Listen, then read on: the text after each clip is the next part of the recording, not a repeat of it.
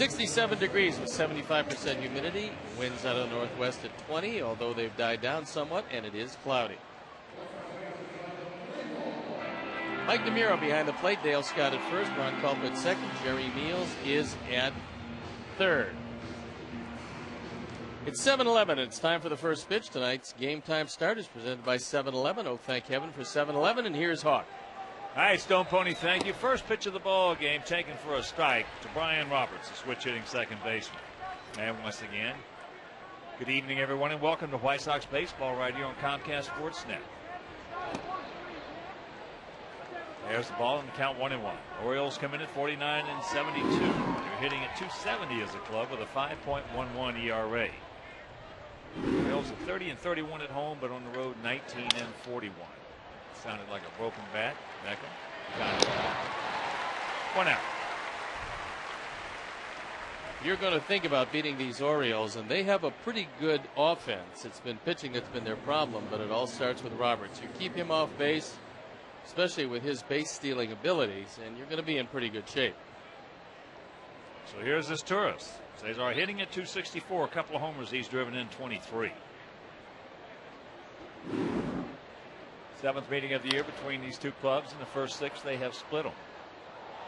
Sox won 2 out of 3 previously here. Orioles, of course, won 2 out of 3 there. Outfield around to the left, about equidistant. Beckham in on the grass at third. There's a bullet by Nix. So good speed aboard. Cesar is 10 for 11 in stolen bases.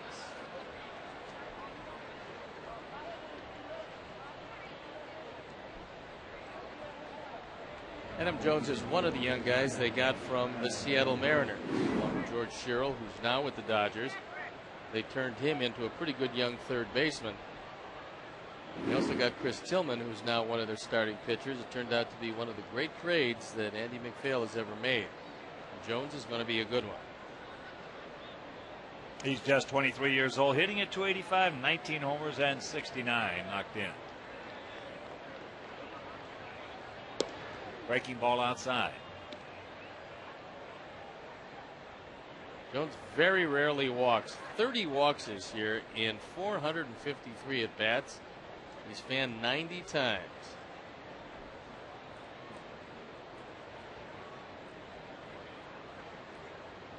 Outfield straight up. Chases that one. Jones, one of those guys, got that good face.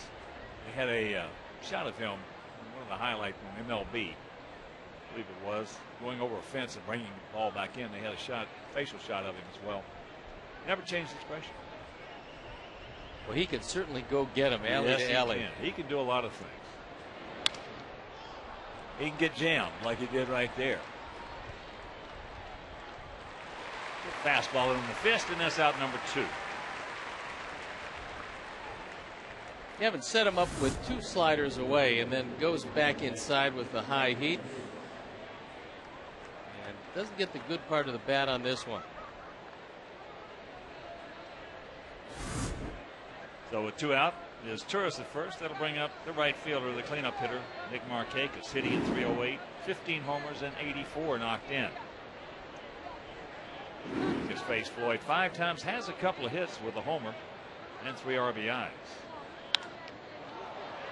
And that ball into left center field. Alex making the call. Got the ball. Nice inning right there for Floyd. After half inning of play, it's the Orioles nothing, and the good guys coming to bat.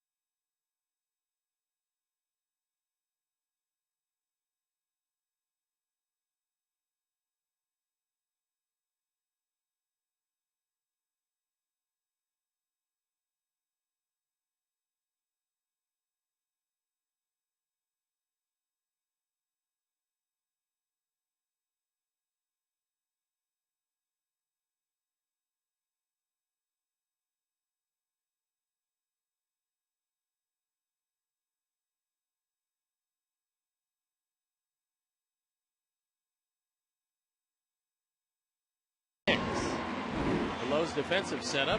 Now they'll line up behind Guthrie, PA, Jones, and Markakis with Mora, Isturis, Robertson, Scott, Peters behind the plate, and Guthrie on the hill. And before we show you our picks to click, you at home select yours. Scotty Pods takes ball one down low. Pods hitting at 294, 4 homers. He's driven in 36. And starts it off in fine fashion. Getting to the point now where if you throw Scott a high fastball, it's most likely going to wind up in the outfield. He's become an excellent fastball hitter, and he's been one of the keys to this offense.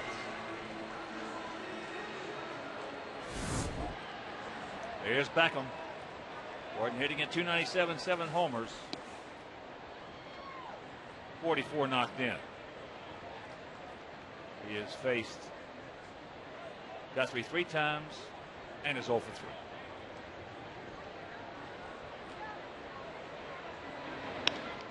Hits him on the fist. Roberts bobbles. Everybody's safe. I think that's probably going to go E4. That ball had a whole lot of spin on it. It really left Roberts with only one play, and this ball was moving away from him. And Roberts thought about going to second. Then by the time he realized he only had one play, he didn't make it. That's what caused the error. If it is going to be an error, it's his 10th. And that's exactly what happened. So here's Jermaine hitting at 271 with 24 long ones and 71 driven in.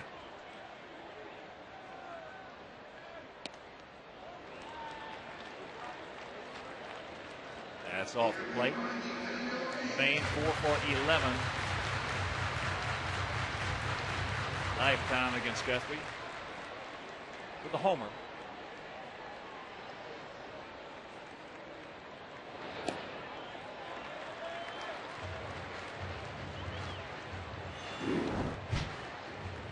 There's some numbers, but the one that jumps out at you is the 28 home runs in those 140 innings. Outfield about equidistant, spread out just slightly to the left. Odds a second, back in the first. Checks it up and takes a strike for the count 2-1.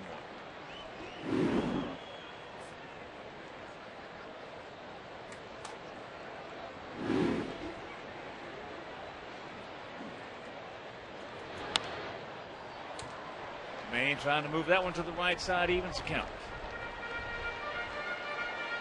I've always found one of the most important things when you're facing teams that aren't in the race. That certainly epitomizes Baltimore's year as they trailed New York by 27 games. If you jump on them early, sometimes it takes a little of the heart out of them. And unfortunately, it puts the heart right back in it. The quick off move at second base, and Posednik is out by plenty.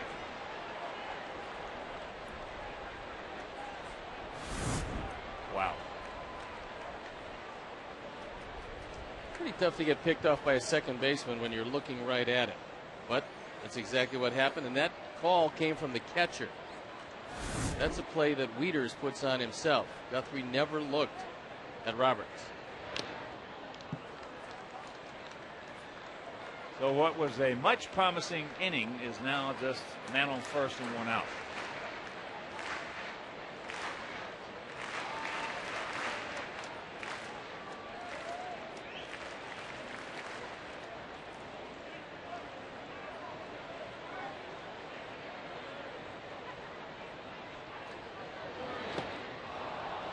So he gets Jermaine, and that's out number 2. And here comes Tomey. Good hard slider by Guthrie.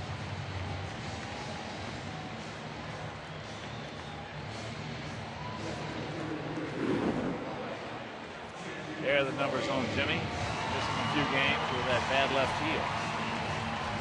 Comes in with 563 home runs. Lifetime against Guthrie, 3 for 12 with 2 homers.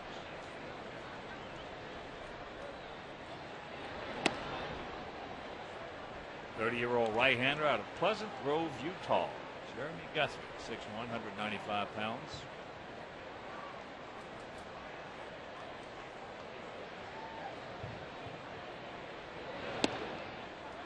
And that's a little high, 2-0. Outfield a little deeper now. And Roberts out there in short right field. And Luke Scott's playing first base for about the 4th or 5th game in a row. Dave Tremblay wants to see if he can play first. Oh, gave him that one. That is not a strike. Meanwhile, the count 2-1.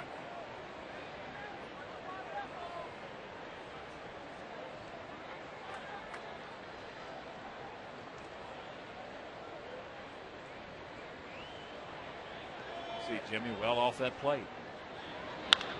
He just missed it. Dead. So we get the first two guys on. Pods gets picked off. Jermaine strikes out. And Tommy just misses it after 1-0 score.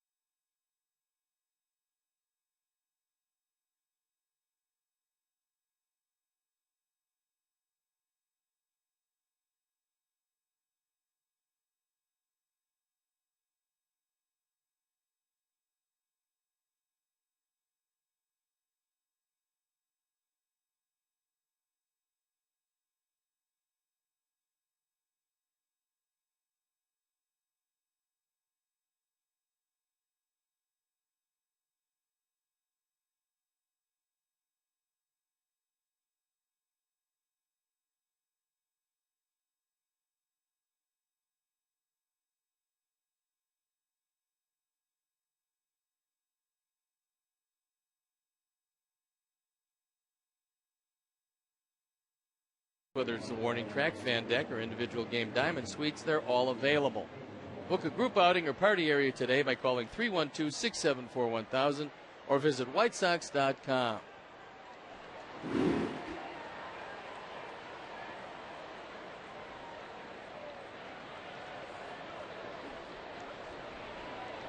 Nolan Reinbold. Reinbold hitting at 273. Takes up high.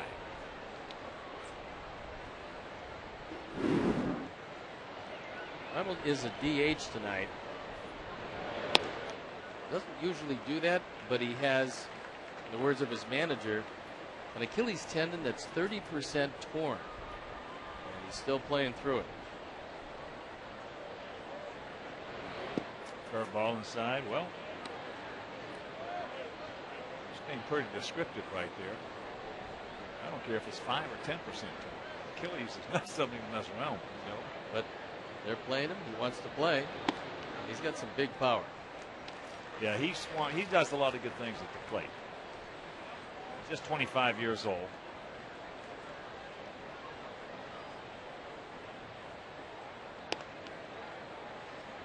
And he has a full count.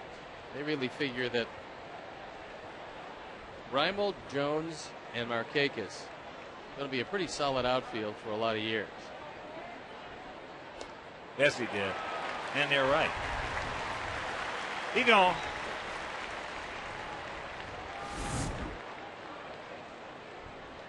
Good slider out of the zone. It looks like a fastball till the last instant. Nolan Reinbold cannot check his swing. He goes down on strikes. First strikeout tonight for Gavin Floyd. So here's Scott. Scott at 269, 20 homers. He's driven in 58.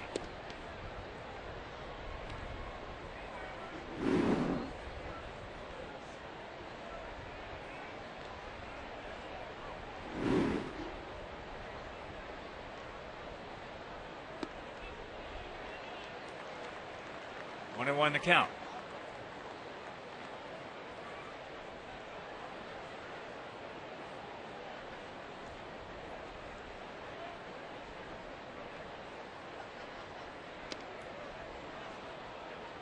Two and one.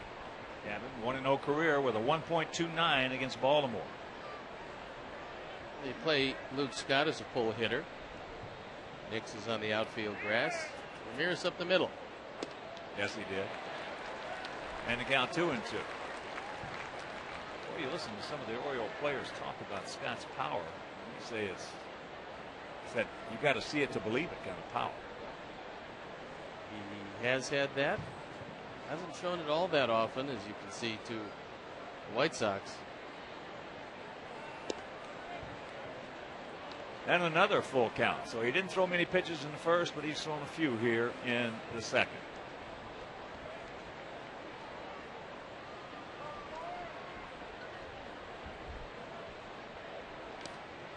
He go.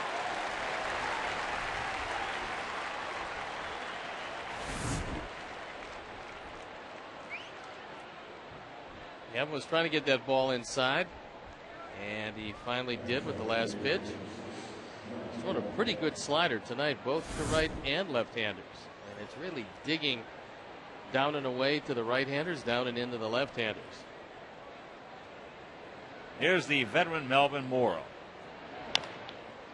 Little chopper, two hopper. Nice inning, 1, 2, 3, and after an inning and a half, nada.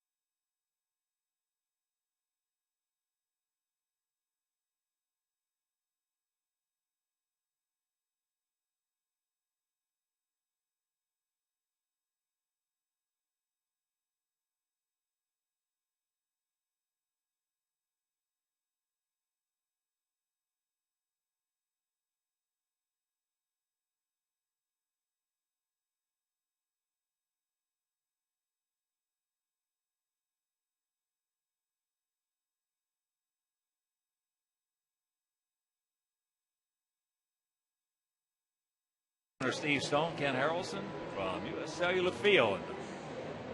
Final 3-game set of this homestand before we start that 11-game road trip. That's why this homestand and these 3 games are critical as far as the Sox are concerned. Trailed Detroit by 3 in the loss column, 2.5 overall.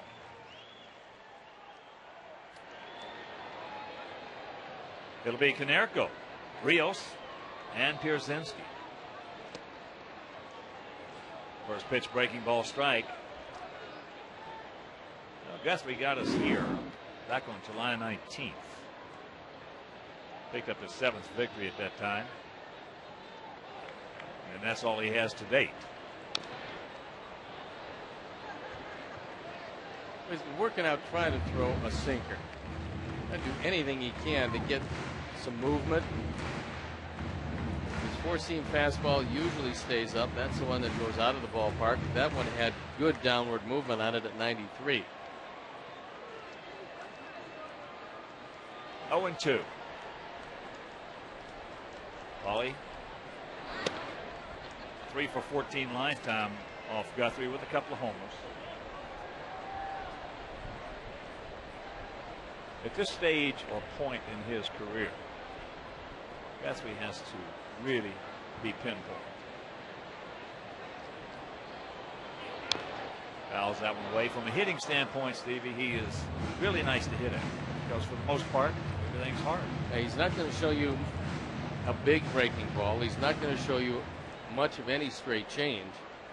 He's going to show you hard sinkers and then a four-seam fastball, and he's going to throw the occasional slider. And the funny thing about it is he still has a big upside. He has a good arm. He is durable.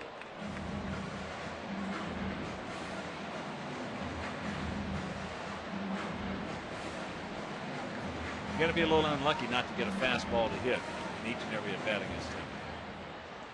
Outfield straight up, and Paulie with a 2-2 count.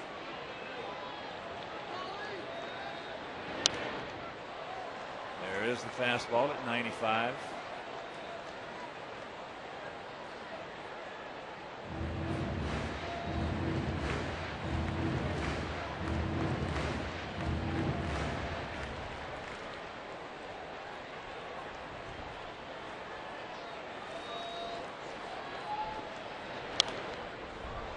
There's a 94-mile-an-hour fastball. It's a souvenir upper tank, just above the LG Skyline club seats. Guthrie in his career 24 and 29.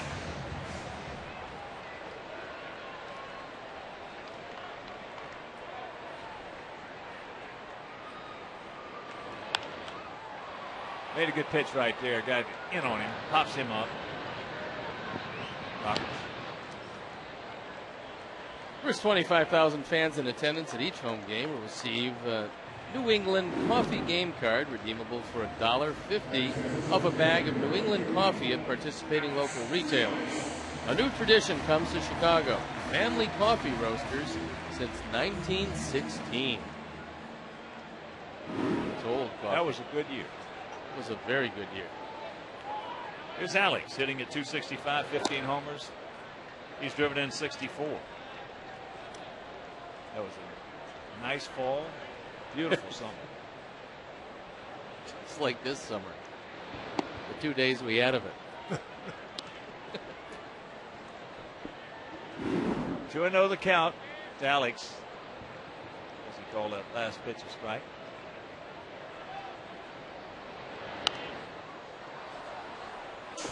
And the one problem, although Mike DeMuro, I'm sure, verbally lets everybody know if it's a ball or strike, he points straight ahead.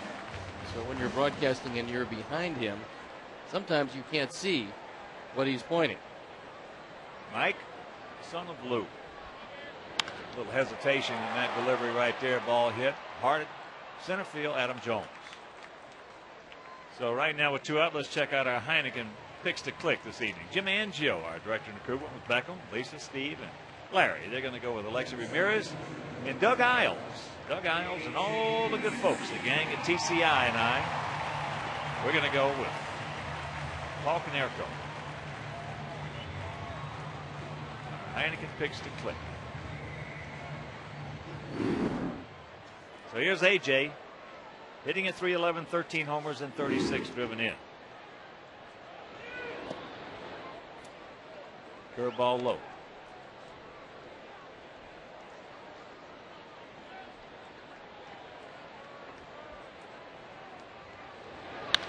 And there's a shot down into the corner. AJ's going to pull in with his 17th two-bagger.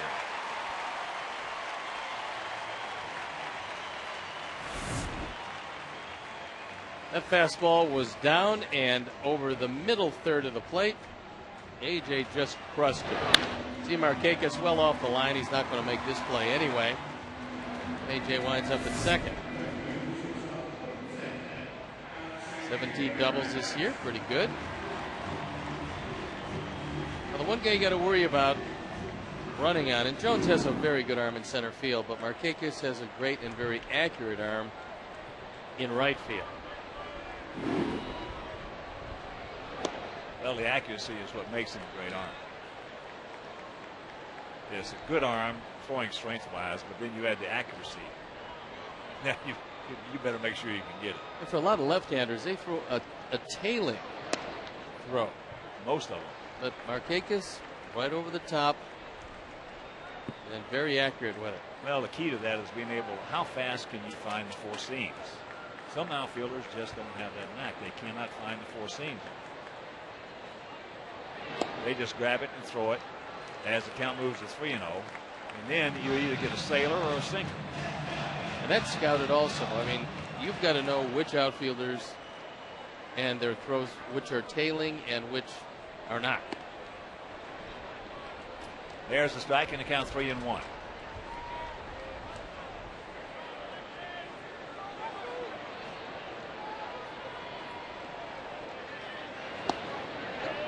And it's full. Two of them right there. Kansas City leading Minnesota 1-0, bottom of the second at Kauffman Stadium.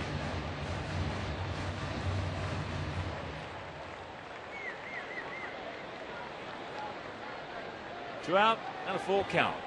Jason Nick's on deck.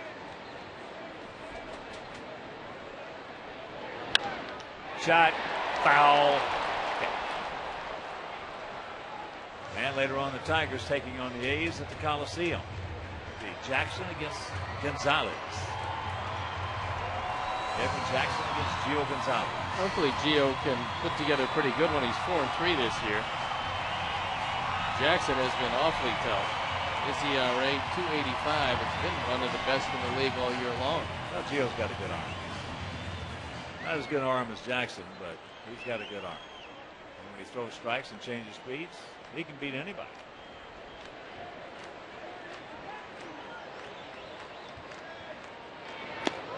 And that's ball 4.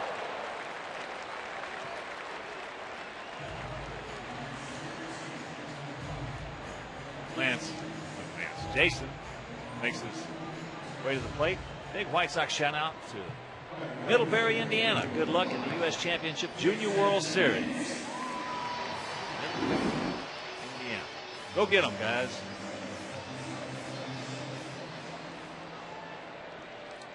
So here's Jason. Little chopper. His Torres, good shortstop, just does get him, and that'll retire the side. We'll go to the third, scoreless.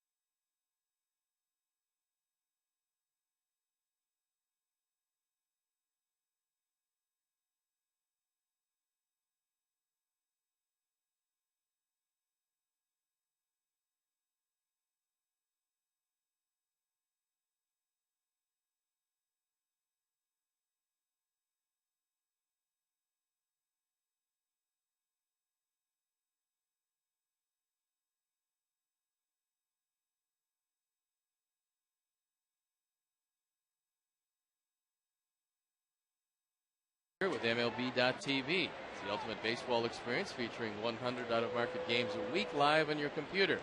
For more details, visit WhiteSox.com, where baseball is always on.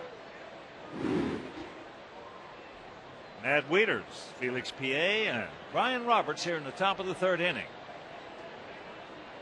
Wieters, 23-year-old switch hitting catcher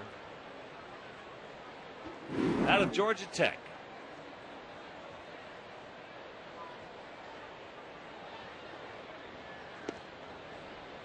That evens the count at 1.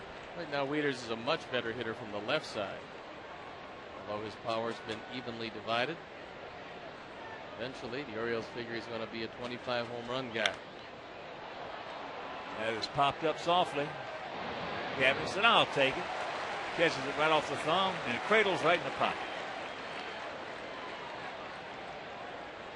He's talking it over with Gordon Beckham, saying, "I'm much taller than you anyway, so I'll take it." That was a Doc Edwards shot right there. You talking about it was wind blown or wouldn't have gone that far? Gale. So here's PA.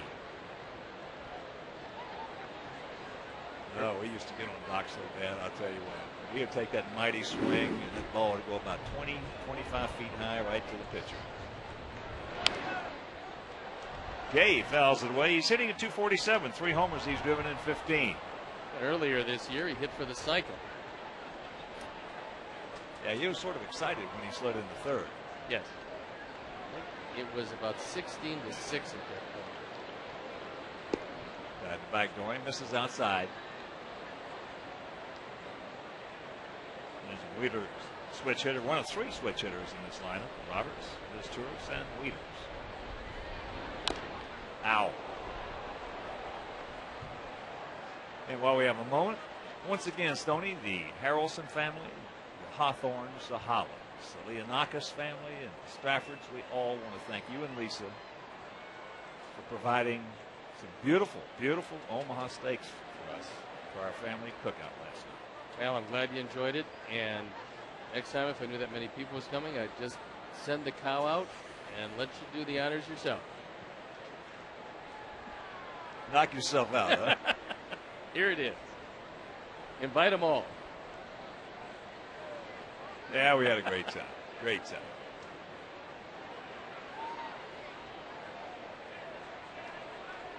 Richie Van Sells, he's the longtime trainer of Baltimore Orioles. Want to know if PA is okay.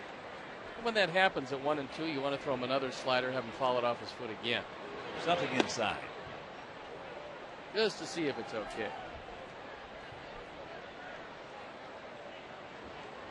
Yeah, when you go hard off a leg or anything, the last thing you want to see is anything inside. Whether it be a slider, that's inside. But I think it just barely tipped him on his way by.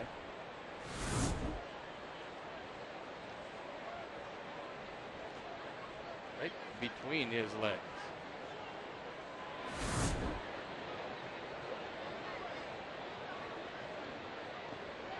He gone. 2 down. Third strikeout for Gavin.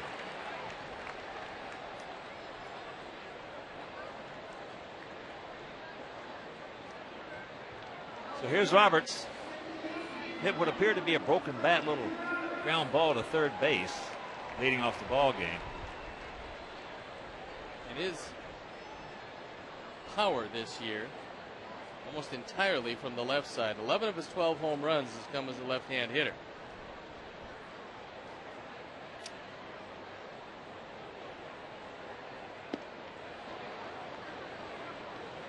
Fakes ball 1. Fastball tailing outside. Roberts just a good play. And it's 1-0 Baltimore. He is just a good player.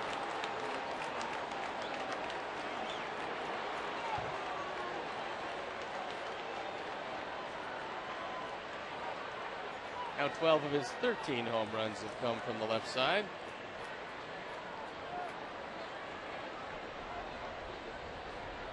Here's our Ford home run replay, and it took a while for Baltimore to get a long-term offer on the table that Brian Roberts really thought was a good one. He finally did sign that deal, and he will be with the Orioles for a long time. I wonder if there was a full no trade involved in it. I would have to think, if you're going to me to stay there,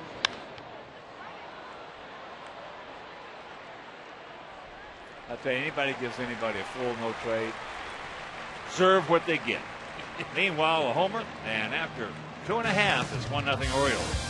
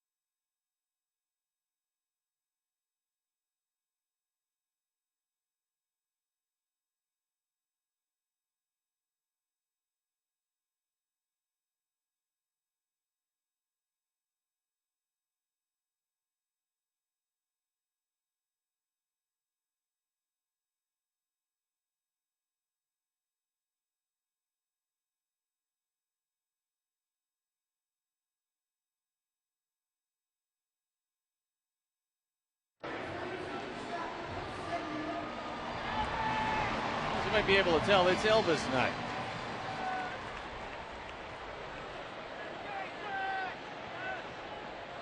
Always a fun night here.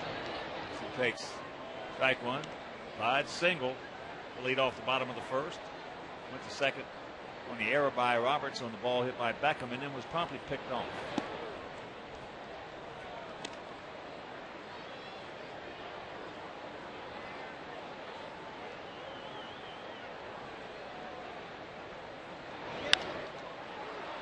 And that's into center field. Can of corn for Jones.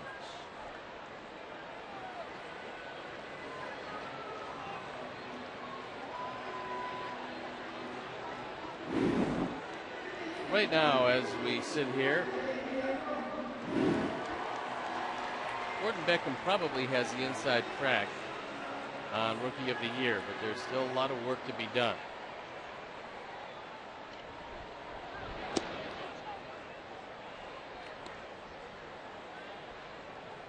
Well, just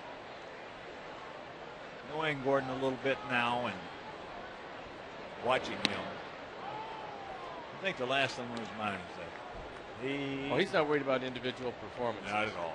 Not at all. He's something. Chops that one foul, and the count 1-2. Jeff Cox will make himself a new friend. Gordon Beckham, Nolan Rimo, along with Getz and Nix among American League rookies. So a lot of young White Sox on that list for the first time in a long time. And there's got him fastball, and there's a lot more down in Charlotte and Birmingham and Winston-Salem and Kannapolis.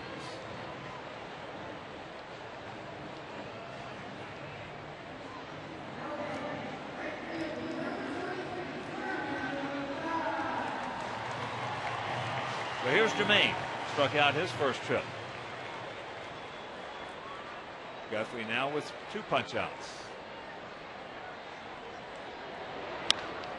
Shot caught by Moore. That's a hang woof'em for JD, and a 1-2-3 inning for Guthrie.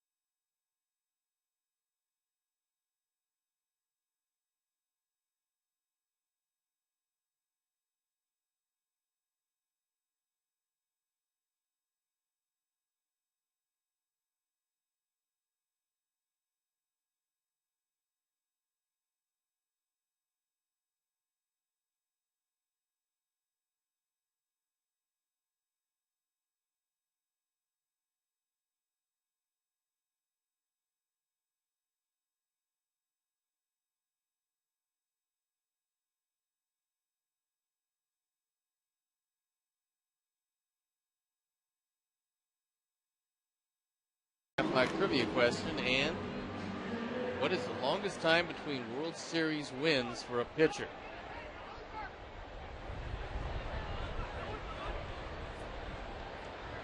Jones, Markakis, and Reimold. Here in the top of the 4th inning, Brian Roberts' homer last frame. It's 1-0 Orioles.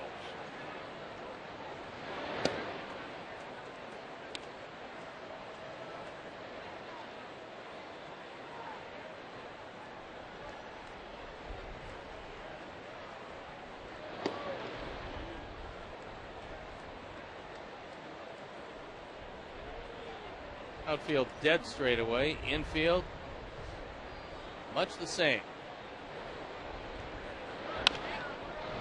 Top of the right side. Jason laid back on it. Ball came up on him a little bit. Make every home game a double play at U.S. Cellular Field this season with new ballpark hot dogs for the price of one. Visit an All-Star concession stand during the first hour after gates open. For White Sox individual game tickets, call 866-SOX-GAME or visit whitesox.com. Nick Markakis went out. Alex Rios in center field takes strike 1 on that 91-mile-an-hour sinker. Got a bad crowd on hand. Elvis Knight. Yes, there's a good hook, and the count 0-2.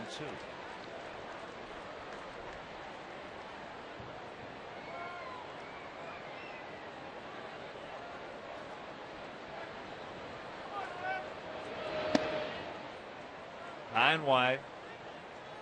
Elvis Knight with some intermittent showers, which we've hardly seen this summer. Never seen a summer like this. Not in a beautiful city. Never.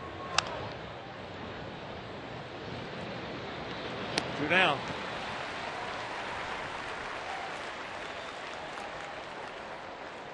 Pretty good pitches to both Jones and Markakis. Now Reimold stands between Kevin Floyd and getting out of the inning with fairly rapid dispatch. Well, you make the good pitches and you get the outs. And you don't want to Cy Young unless you make some pretty good pitches. I like what Zach Greinke said after the game on Wednesday. And he stated it very candidly by saying, when I executed my pitches, they didn't have a chance. But I didn't execute 3 of them, and they hit all 3 of them out of the ballpark.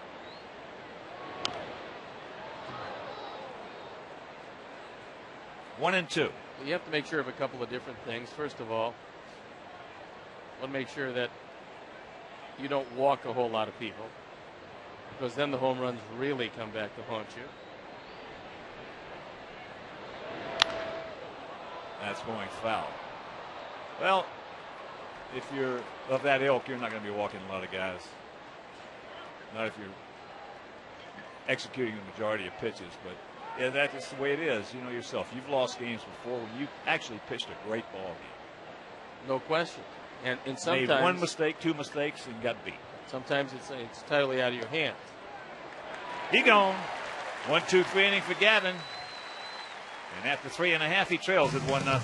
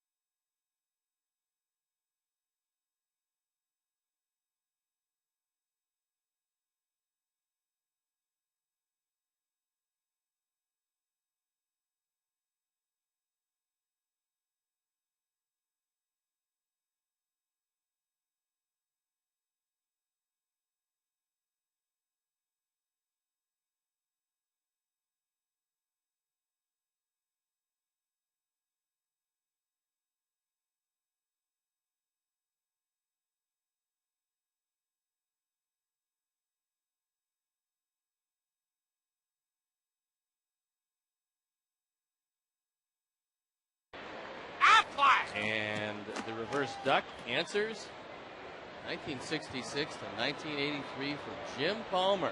He was in our booth before the game this evening. Hall of Fame right-hander, 3 Cy Young awards. 7-time 20-game winner. That ball hit deep into center field. Jones just takes a couple steps, looks up. You can put it on the board. Yeah! Yeah! Number 564. See you later, Reggie. 23-72 on the power numbers. Jim Thome got one. And this is number 29 given up by Guthrie, our Ford home run replay. Normally, you want to keep the ball down a bit, but to Jimmy, thigh high is not good. And that ball went way out of the ballpark. A no-doubter. Jimmy all alone now in 12th place. Next on his bullseye list, Rafael Palmeiro, who is 5 ahead of him.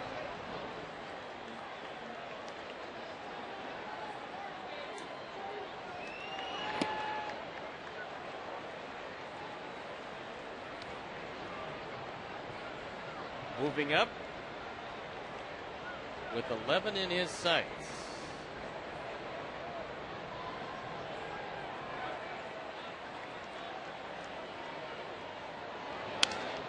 Broken bat. Takes a big bowling book bounce for his Taurus. And that's out number 1. Bring your friends and family to U.S. Cellular Field September 4th through the 7th for a White Sox staycation as the White Sox take on the Red Sox. Enjoy select concession items, including ballpark hot dogs, J&J soft pretzels, small fountain Pepsi products, and more, all for $1 each. For tickets, call 866-SOX-GAME or visit WhiteSox.com. Want to know the count?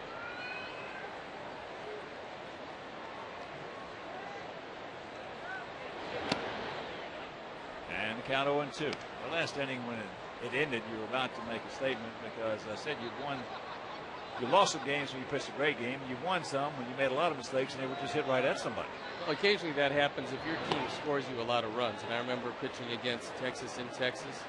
Made one mistake. Jim Sundberg hit a towering ball that literally scraped the back of the fence. I lost 1-0. And it was a mistake. Nothing I could do about it. That was just one of the 94.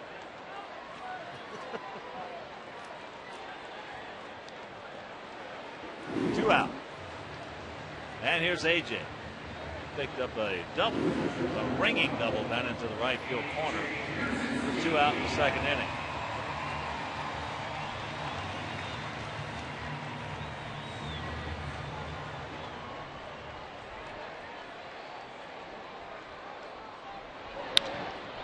Ball hit hard into left field, but PA is there. Hauls it in. The home run by Jim Thome. We'll go to the 5th, tied at 1.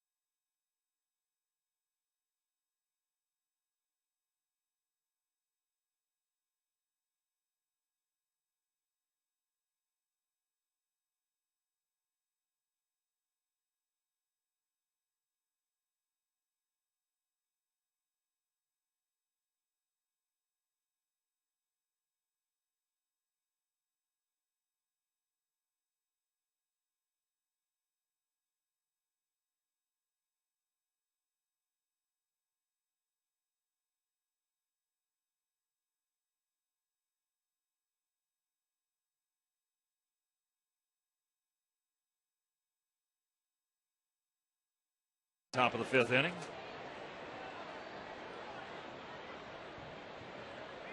Scott, Mora, and Wieters face Gavin Floyd.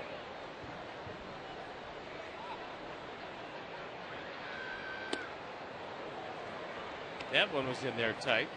That'll make that outside corner look a bit further away. Especially if he doubled him up. He did. Gets sawed off. 1 out. Scott didn't get a whole lot of that one. It trickles to Paul. He makes the play easily.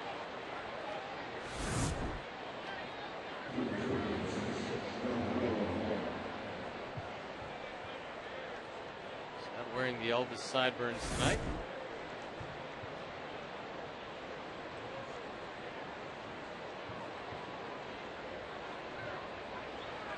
Mora grounded out to Alexei. Makes first pitch strike.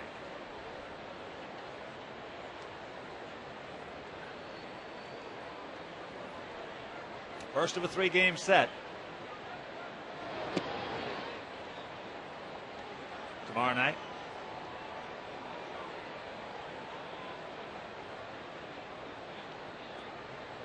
At 6:05, Johnny Danks against David Hernandez. So make your plans to be with us here at beautiful US Cellular Field. If you can't, that game will be over WGN. Then in the finale of this brief homestand on Sunday afternoon, Mark Burley against Jason Birkin. And that game right back here on Comcast Sportsnet. And after that ball game, it's off to an 11-game, 11-day road trip. 4 in Boston, 3 in New York, 3 in Minnesota, and 1 at Wrigley Field. Melvin Mora had a strong year last year at 285, 23 home runs, 104 driven in, the second time in his career where he drove in 104 runs. But this year for him, especially in the power and the run production department, has been very disappointing. The 2-2. Did not come back. Almost did.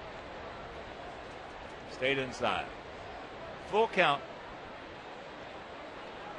to the 37-year-old veteran, father of quintuplets. And Alexei is going to get him again.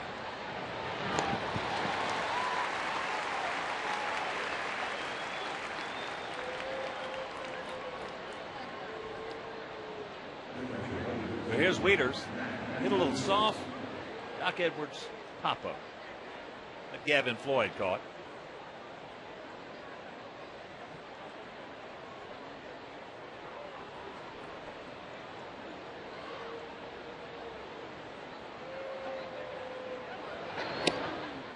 Takes that inside. Wieters hitting in the 8th spot tonight. But eventually, Dave Tremblay figures he's going to be a 5 hitter in the American League. He's got to figure it out. It's pretty tough for young catchers trying to figure out their pitching staff and then trying to understand at the same time what opposing pitchers are trying to do to them.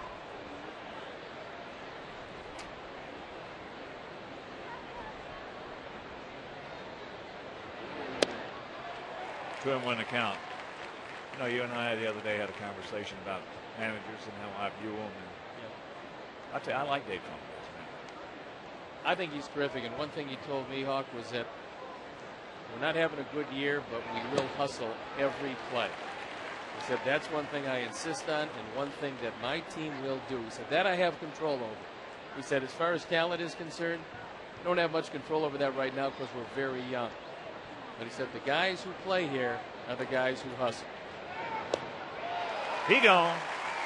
1, 2, 3 inning. That is 7 in a row retired by Gavin. Halfway home, tied at 1.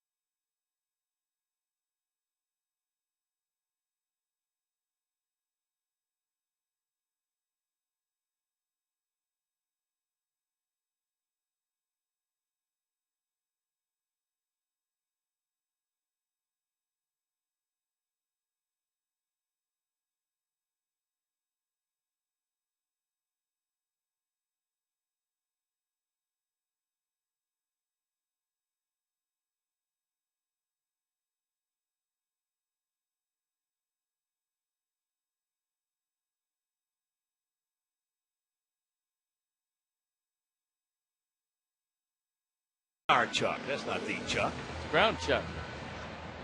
Sirloin Chuck. Could be. As we go to the bottom of the fifth, 1-3-0 for us, 1-2-1 for them. Alexei, who walked his first trip. Breaking ball hit softly out into left center field.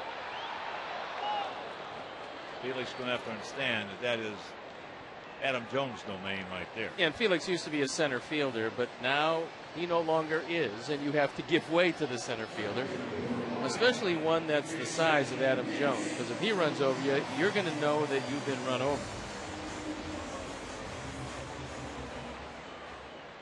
Here's Jason. He grounded out to short on the first pitch he saw.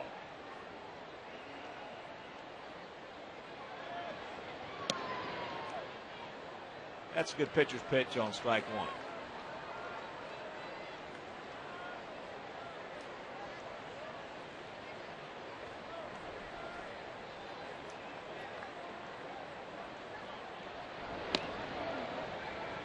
And that one's even a little better.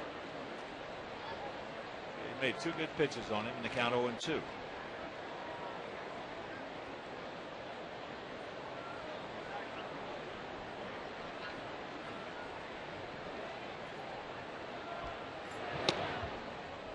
Tried to even make it even better. Just missed it outside.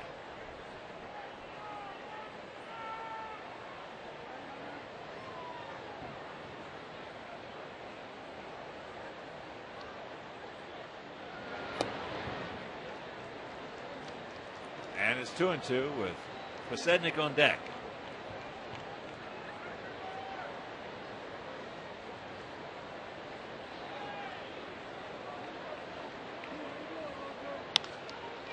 And that is going to be a base hit in the hole.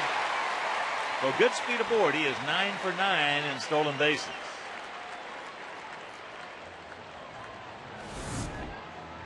Jason finally gets a fastball on the inner portion after seeing a steady diet of fastballs away. Drives it just under the glove of his tourist and winds up at first base.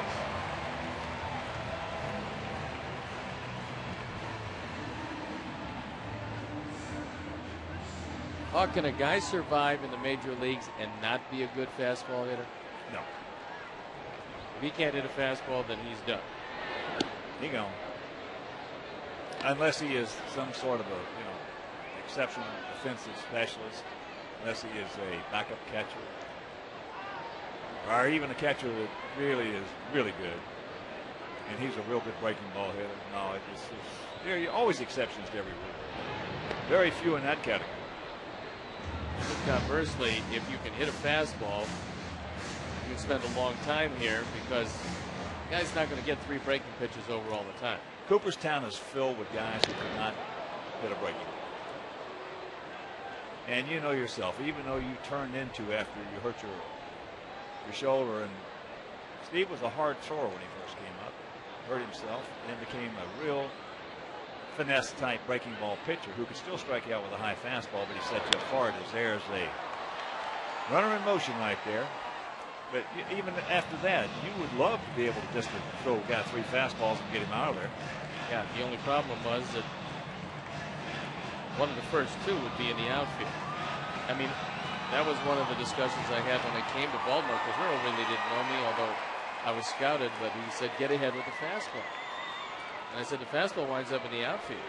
I'll get ahead with the curveball and occasionally throw the fastball and surprise some people. And you did it very well. But I think if you get a good curveball, very few guys will swing at the first pitch curveball. Guys don't want to hit a curveball on the first pitch. So they're going to spot you that one, and it's a gift if you can throw it over the plate. We've only got really one guy on our ball club that will sit on a breaking ball on the first pitch. And he's a left-hand hitter. And he calls a lot of those breaking balls in the first right. pitch. He's the catcher who's had a terrific run at it this year. I think AJ's just had a great year. Yeah, he's the only guy on our club that, against a good breaking ball pitcher, he'll sit on that sucker for the first pitch, and if you give it to him, He's going to be dangerous. We've also seen him sit on straight changes on occasion. He's very adept at that. Full count. Baltimore looking for a strike him out, throw him out situation. Sox looking for a first and third. I like the Yankees' chances tonight. They're leading Boston 12-1. Boy, Red Sox beat them in the first 8. Yeah. It's been tough going lately. Look at that. Is that pretty or is that pretty? And here is the first and third situation. Scotty Pye's second hit of the game. Well, that time they chose is Torres to cover the bag. And through the vacated left side, there was a breaking ball. And Scott just hit it like he knew that shortstop was going to be unoccupied. Well, here's Gordon. He's 0 for 2. He reached on an error and struck out.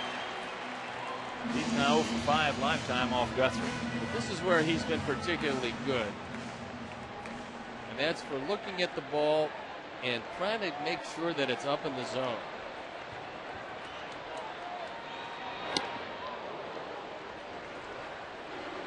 Goes through that one. He's got 4 sacrifice flies so far this year. And for a rookie, that's a pretty impressive number. There you see one for his last 11. Runners in scoring position.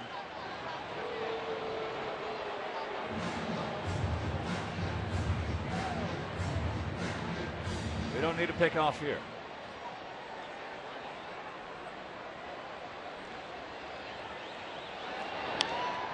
And that's fouled back. So Guthrie just coming right at him with 2 fastballs. That time he got his high fastball a little bit higher than he would want.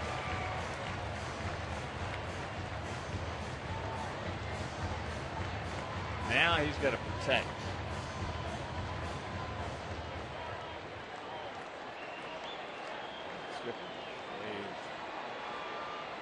Simply looks on.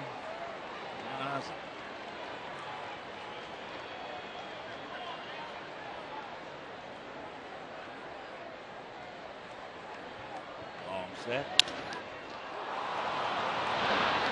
Goes it high, they're still going to turn it. So, man on first and third, 1 out, can't do anything with it, and we'll go to the 6th.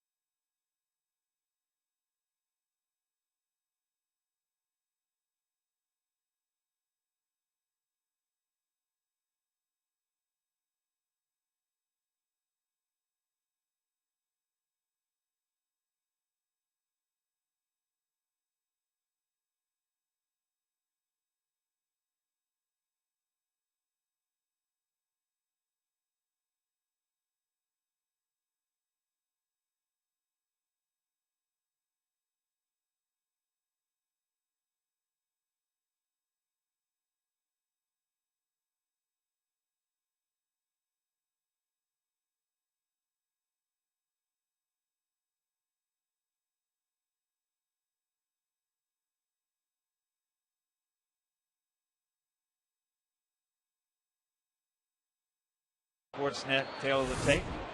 And watch this. Watch Gordon right here. Going to try to call timeout. Now watch Guthrie and his Torres. And there's a little looping base hit by PA into left field.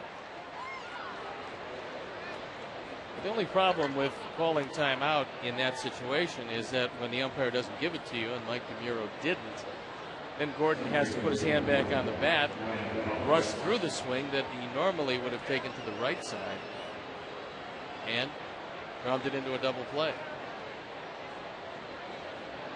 So the leadoff man aboard here in the top of the sixth in this 1-1 tie. And here's Brian Roberts, who has grounded to third and homer. Despite the fact that PA has tremendous speed, he's been successful 1 of 4 in stolen base attempts. Roberts takes first pitch strike.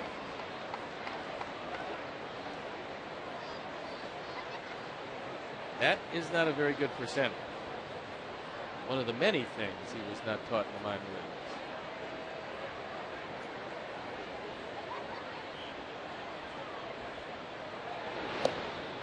Out in front, the count 0-2.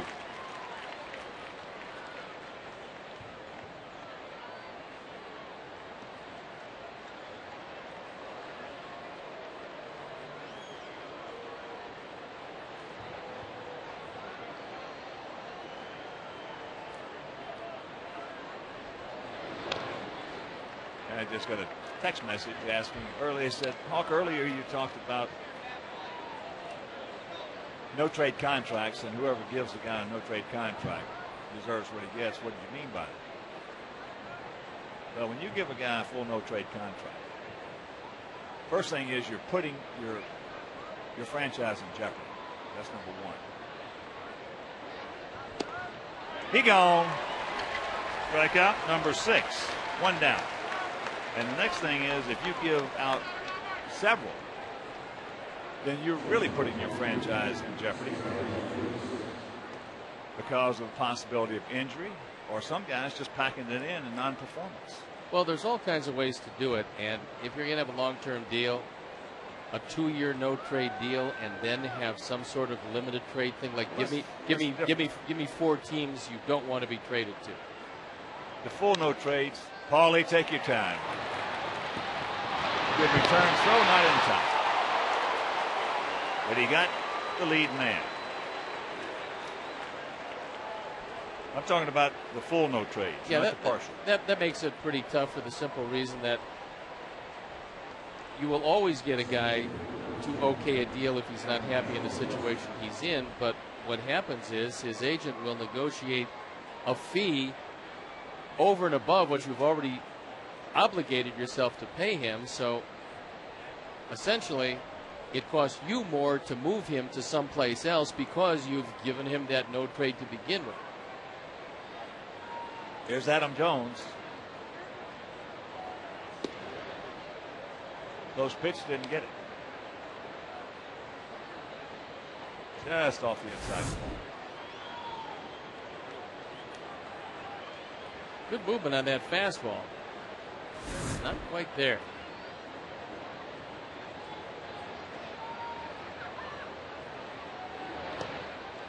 Kansas City leading Minnesota 3-0, top of the 6th in Missouri. AJ might have been one of the more surprised guys in the ballpark that he came up with that. That was a tough play. One that you just want to bat down because it's a curveball, and when it hits, it spins in the opposite direction after it hits. Watch AJ. This ball cutting to his right and then spins back, and he's able to catch it on a hop.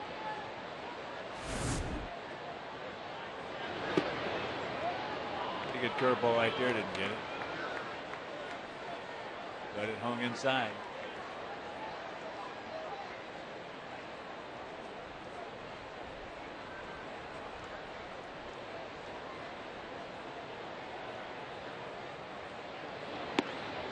And there's the strike. If the Orioles want to run with this tourist, it will be here.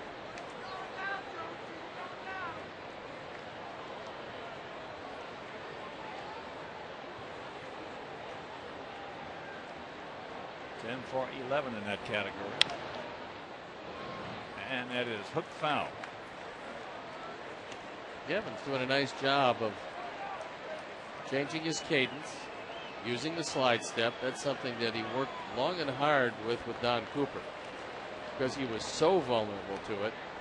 He's one of the guys that's actually taken to using the slide step pretty well.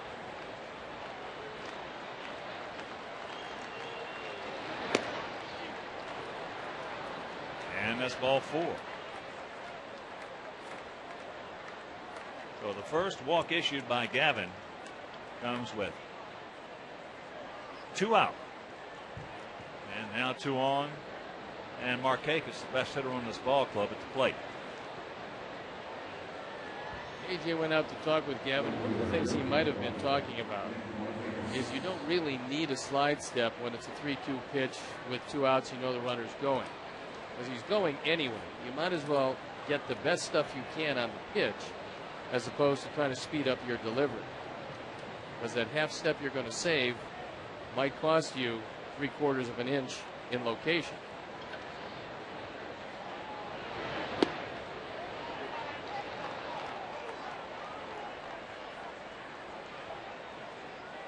Third ball stayed outside.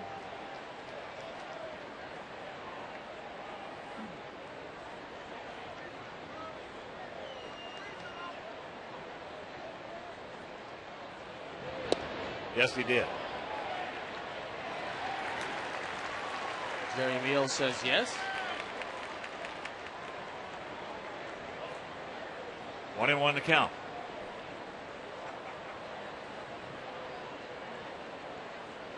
Nick has gone out to center and he's grounded to short. 1-5-0 for our Sox, 1-3-1 for their Orioles. Matabatacola.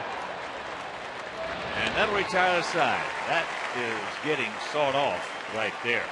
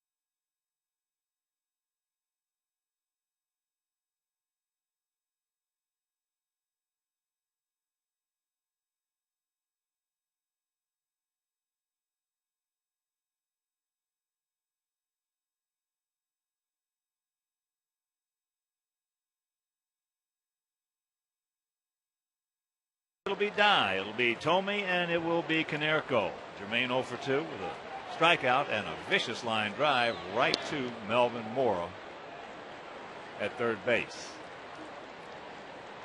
That ball was outside, called a strike, and count 0-1. There's a shot. Moore can't get that one, so the leadoff man aboard. You would think this would be a fairly tough inning, going through the heart of the order for the 3rd time, and Guthrie has averaged a tick under 6 innings per start. Jermaine takes the first one through the left side, rifles it by Mora, but no chance to react, and a sliding PA gets it back in the infield. So here's Big Jim. He just missed a home run. His first at bat popped up to right field. Then in his second bat, leading off the 4th, he hit a home run, number 23 on the season. And if you miss that home run, number 564. He gets a fastball that's thigh high and out over the plate. Adam Jones in center field took a step and a half. And Big Jim's got the catbird seat. He is now 4 for 13 lifetime off Guthrie. And on the 4 hits, one of them has stayed in the park.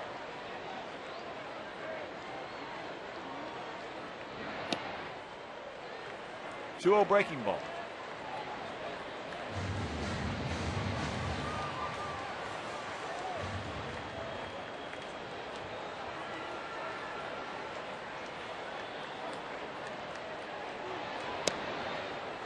Good check. And the count 3-1. Goes back to the catbird seat for round 2.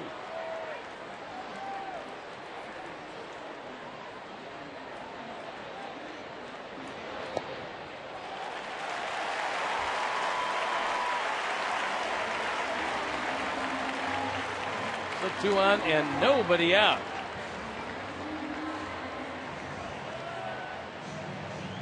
Yes. Second walk issued by Guthrie, and that'll bring up Konerko. Paulie has popped the second, grounded to short. 34,125 in the house.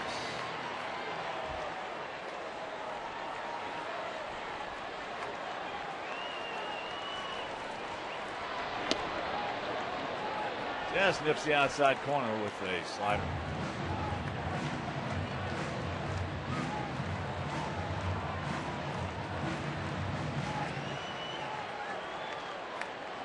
Alex Rios on deck. And AJ in the hole. Good eye. Down low and the count 1-1.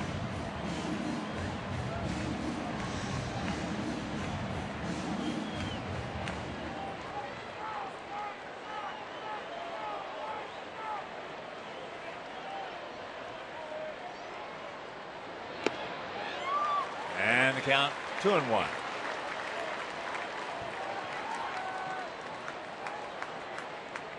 One of the few innings that Guthrie has really had some trouble spotting his pitches.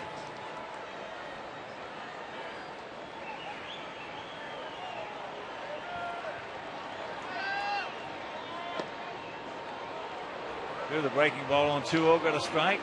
Goes in here 2-1, and Paulie thought it stayed inside, and it did. Peters wants it away. He hadn't given Gavin not one of those.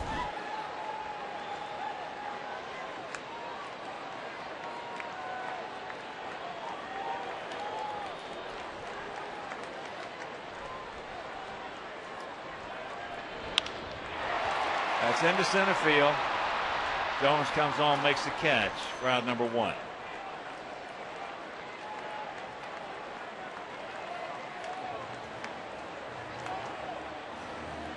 Sunday at 1:05, it's the White Sox versus the same Orioles. The first 10,000 children ages 13 and under will receive a White Sox foam whale visor presented by Shed Aquarium. For tickets, call 866-SOX-GAME or visit whitesox.com.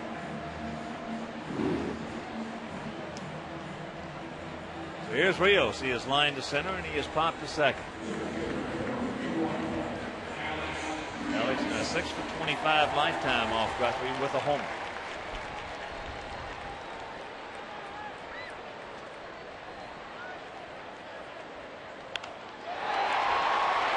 Stretch. Nope. Right at the edge of the track. PA hauls it in for out number 2. Got it in on him just enough.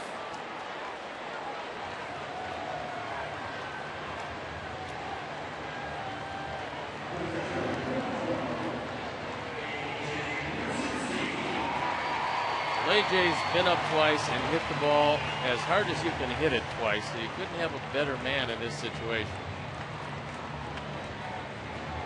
He doubled down into the right field corner. He hit a vicious line drive out to PA in the 4th inning.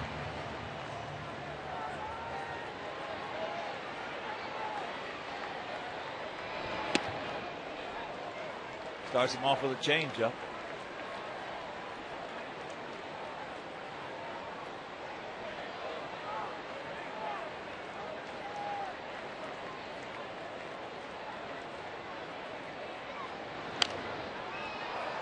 back with another one, and the count 1-1.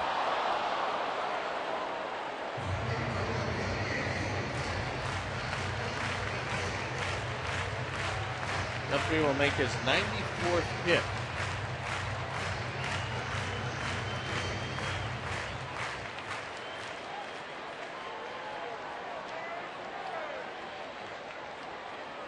Two on, two out, the 1-1 pitch.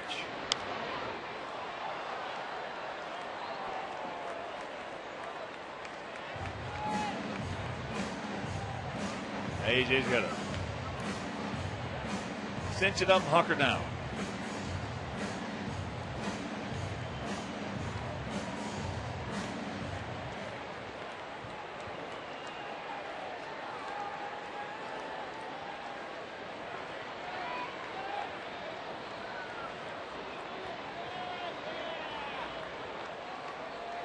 Wieters now just wants to talk it over with him.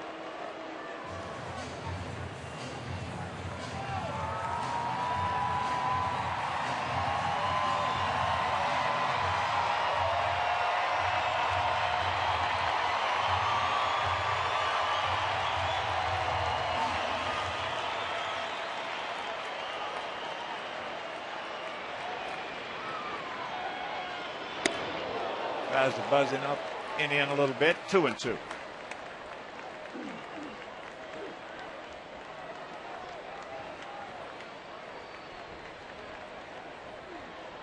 Outfield bunch just a little bit. Small gap out there in right center.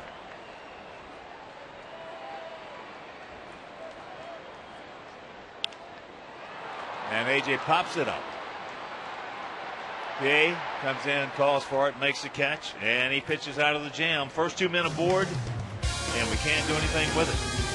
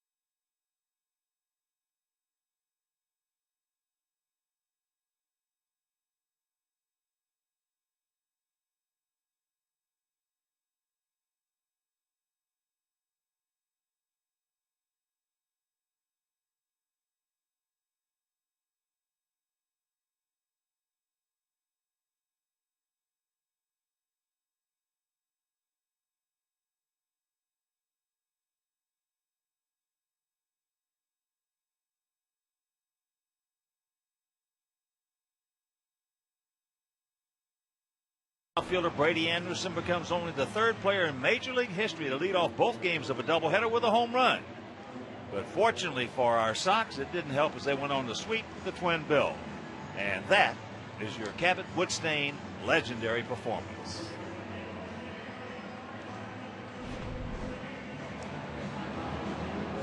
It'll be Reimold, Scott, and Mora here in the top of the 7th inning.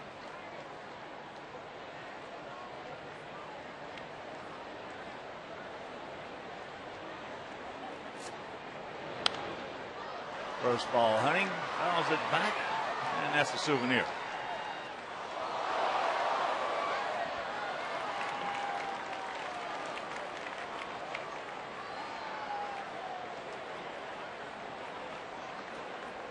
There you look at the pitches so far. Evans done it real well. Big sweeping curveball right there in the count. 0-2.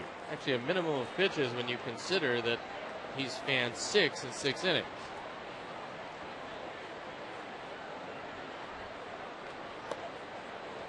Reimold is 0 for 2 with a couple of strikeouts. On check swing breaking ball. The other on a called curveball.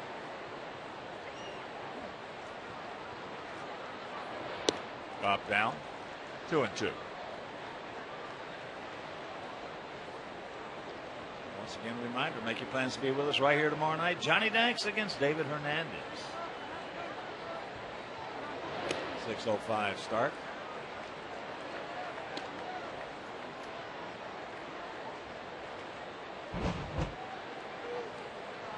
Check out our upcoming schedule.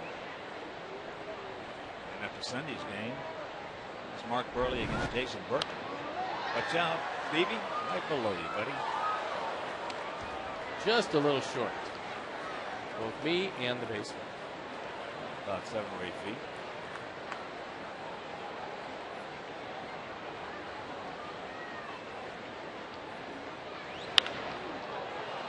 That's just foul. Thank you. Put him up here. It looked fair. They've got Jerry Meals right on the line. And he turns around. He sees it. He's got a real good look. Let's see about our look. That's a fair ball. That hit the outside of the line, and we get a big break. And Dave Tremblay's coming out. You can, in fact, you can even see the paint kicked up. Chalk, paint, whatever it is, it kicked up. I'm preaching to the choir. Boy, there's a big break. Hey, we'll take it any way we can get it. Got to get those every now and then, and that's a big one.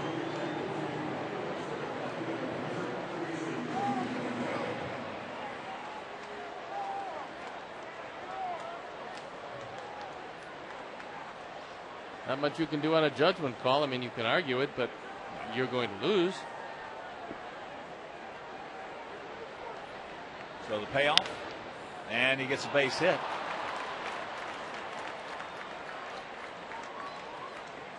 So the leadoff man aboard. That's just the 4th hit given up by Gavin, and that'll bring up Luke Scott, who has struck out and grounded softly to first.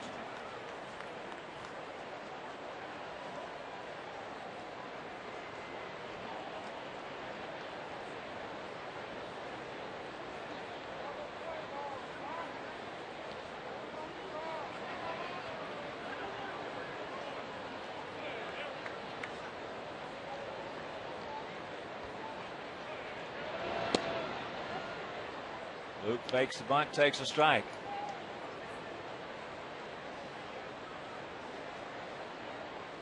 Normally you don't see a guy with a lefty-righty advantage and 20 home runs thinking about bunting. That's the last thing anybody thought about. Especially because he has no sacrifices this year. Big hack. No contact.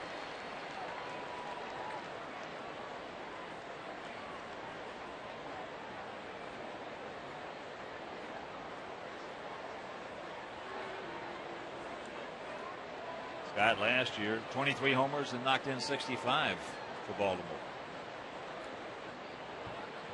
There goes a runner. And that pitch is popped up. He's trying to pick it up. As Pines comes in and makes the catch for out number 1. Tomorrow at 6:05, it's the White Sox versus these same Orioles. Fans will enjoy post-game fireworks presented by Van Campen Investments. For tickets, call 866-SOX-GAME or visit whitesox.com.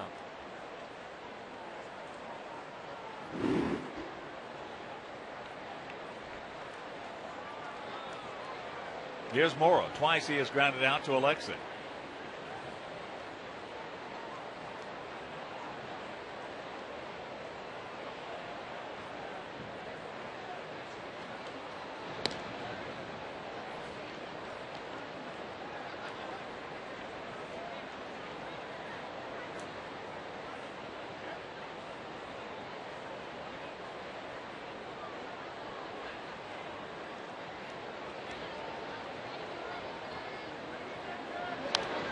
Good pitch in on the fist.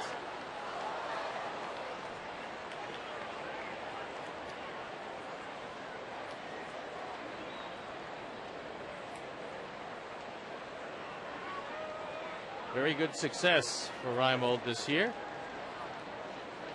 For a big guy, he runs exceedingly well.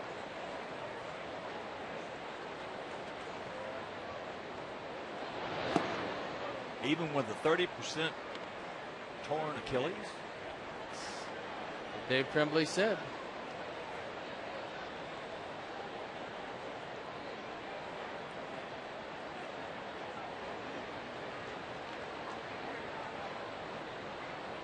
Got a decent lead over there. Gavin thinking the same thing. They use a hit and run with Scott. Middle infielders did a nice job of decoying Reimold, but eventually that ball was up there so long that he picked it up and got back to first.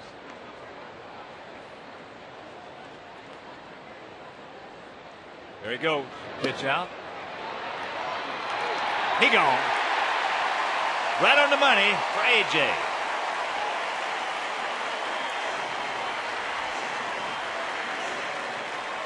Reimold now 7 for 9 in stolen bases. Well thought out and well executed by the Sox. Reimold looks back, see if there's any contact. The throw is right there waiting for him to arrive. Slides right into it. Yes. Great throw by AJ.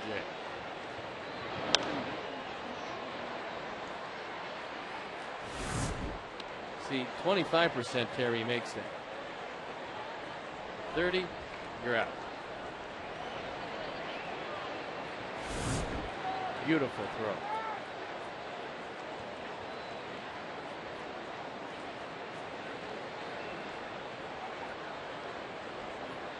Good job of positioning right there by Jason Nix.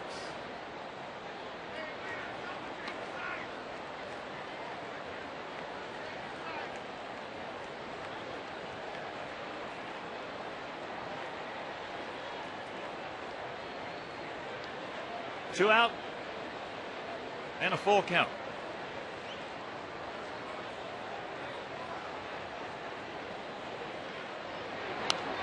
And that's another souvenir. Watch Nix here. Watch the positioning.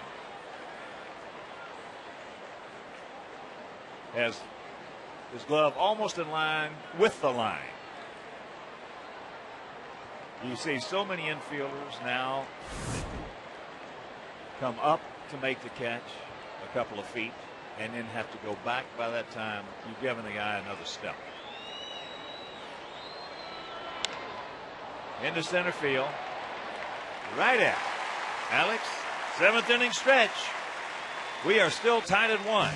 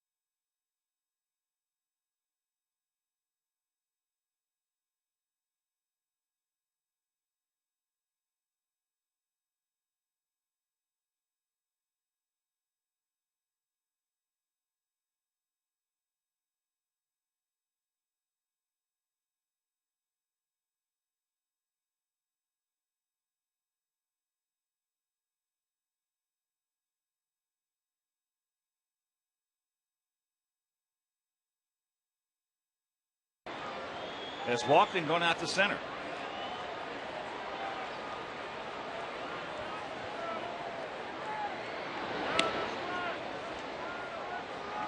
Jeremy Guthrie.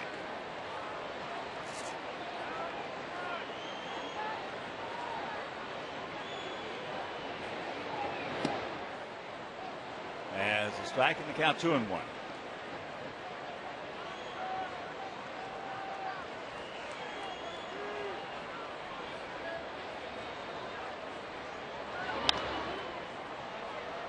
That fastball hit into right field. Markakis, he's a good one. He's the keeper. White Sox premium seating auctions are the best way to secure great locations like box seats just behind the dugout and tables outside the Miller Lite Bullpen Sports Bar for every home game, and opening bids start as low as $55 a seat. Visit WhiteSox.com to place your bid.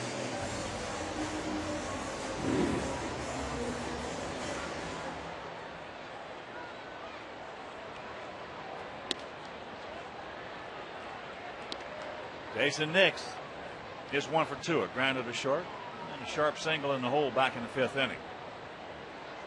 Gap out there in right center. Jason does not hit too many balls out in that direction.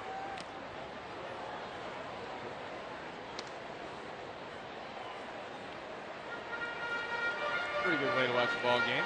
Very nice. The StubHub seats.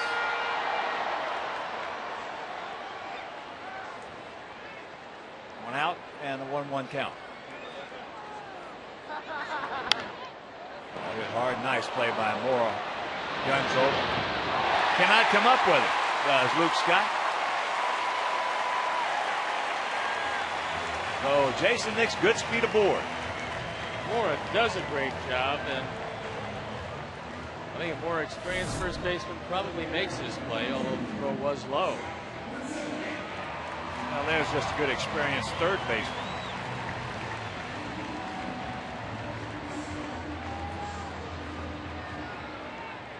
And it looks like it goes E5.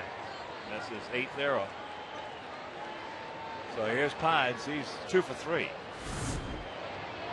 You see a lot of third basemen who spend a lot of time on the ground, and Mora is in that category. Greg Nettles, great third baseman for the Yankees. Robin Ventura, Wade Pides. They all spend a lot of time on the ground. And the reason they spend a lot of time on the ground when they can get to the ball is that is hit into center field.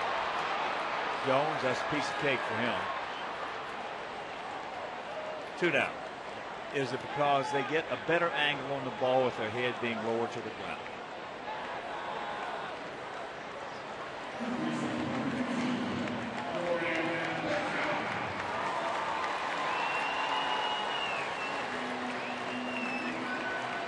Well, here's Gordon. He's 0 for 3. He's reached on an arrow, struck out, and hit into a 1-6-3 double play. I think I would have to test leaders here, although Me too. Lately he's thrown out 5 of the last 7. First ball, Hunting pops it up. So as Torres says, I'll take it. Mora doesn't like it. Meanwhile, we're into the 8th.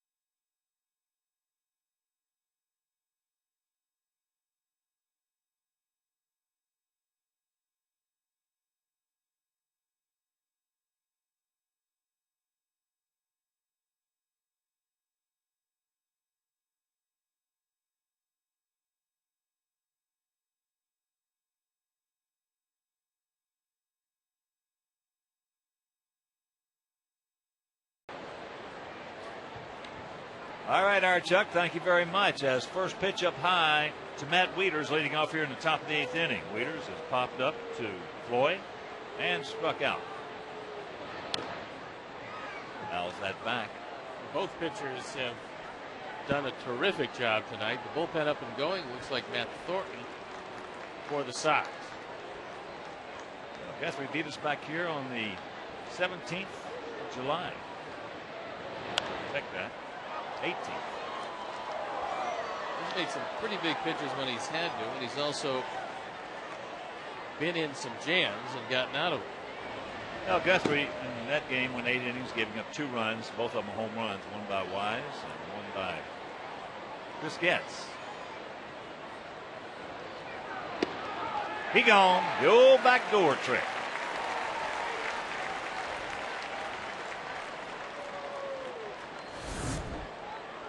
Good curveball by Gavin Floyd. Wieters gives up on it, and that ball catches a corner. AJ doesn't even have to bring it back. The old backdoor. Got to be careful with PA, who will occasionally bunt, although it's not a strong part of his game. He has struck out and then hit a little duck snort out there in the left field.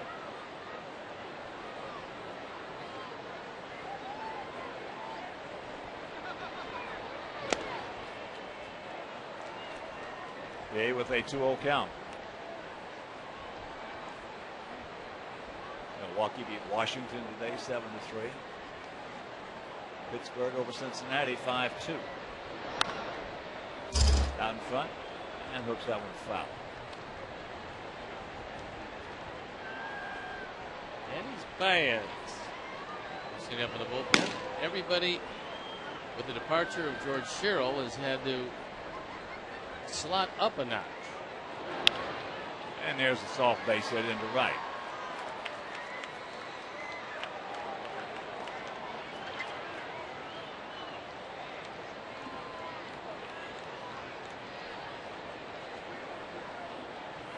Don Cooper wanting to know if Matt Thornton is ready to go. He's been loosening up all inning.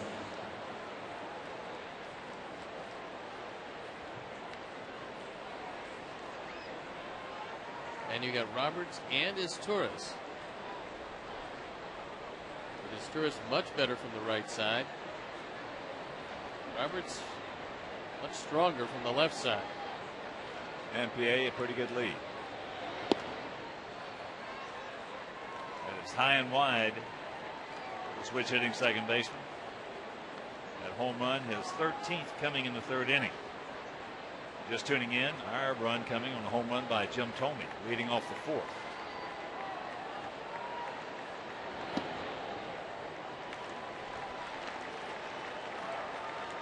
One and one to count. John Shelby, the first base coach, talking to PA.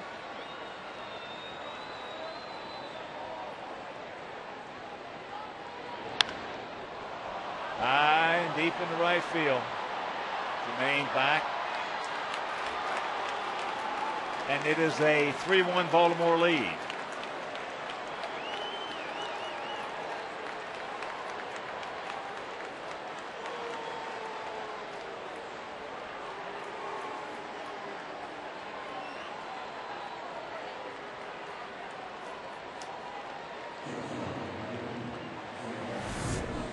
Here's our Ford home run replay, and it's a fastball. It's up and down the middle.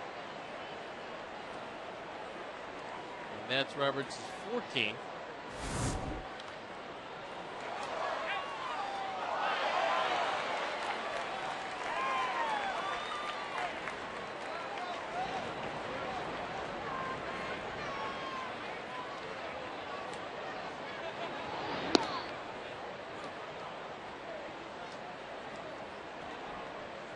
All right, forget about it. We got 6 outs to get some damage done. Tony Pena joins Matt Thornton.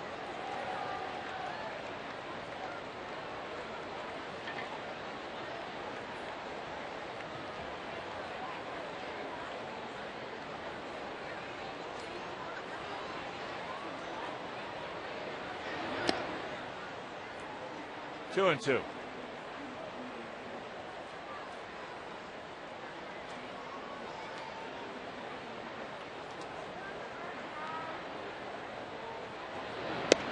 job.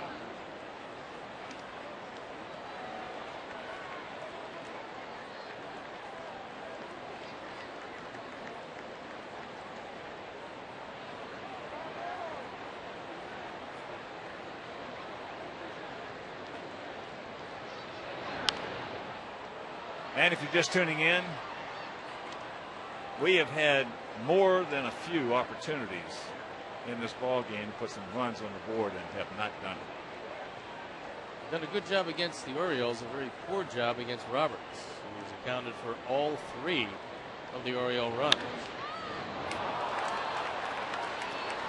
And that's extra bases as far as Torres.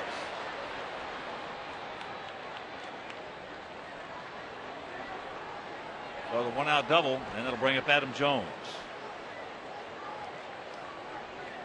Well, Pena's not ready yet. They're going to send A.J. or someone in the infield out to talk with Gavin Floyd.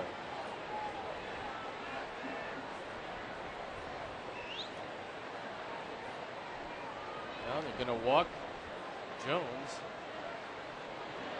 Bring in Thornton to face Markakis.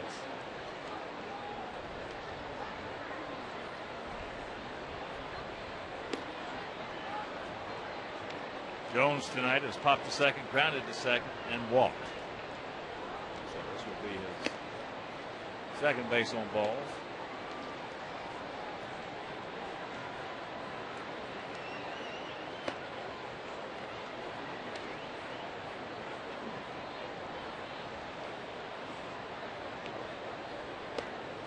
And here comes Ozzie.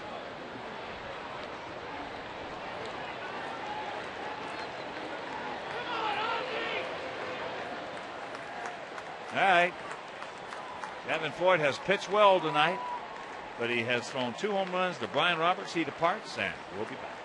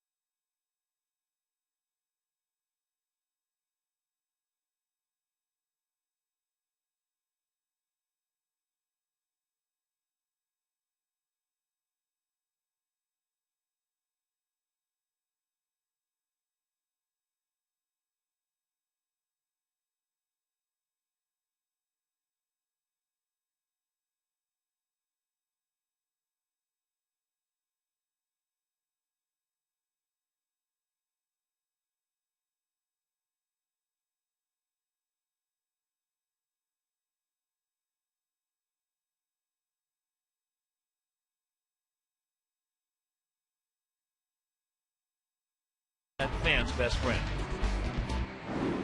And here's the Lexus call to the pen, and it's Matt Thornton.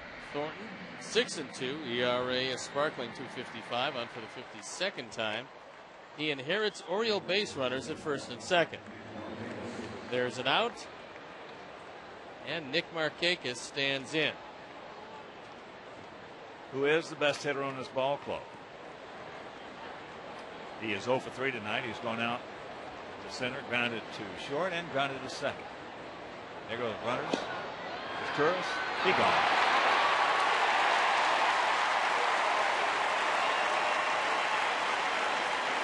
Left-hand hitter up with a pitcher who throws 97. Not quite sure about that one, but the trailer Coast into second. Does not get a stolen base for it as A.J. cuts down his tourist by plenty. Now the ball beat him. That's why he was called out. And there's a fair ball right down the line, so it's a good thing they did throw him out. But Jones will score. Markakis on his way to third. And he will get there with his second three-bagger of the season, and it's a 4-1 ball game.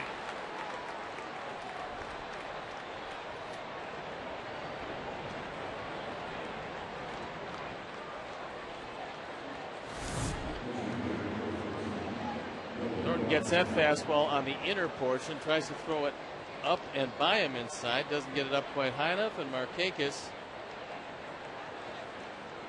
takes it down the line, takes an awkward hop, bounces over the glove of Paul Konerko. One runs batted in 85, and it necessitates another intentional walk.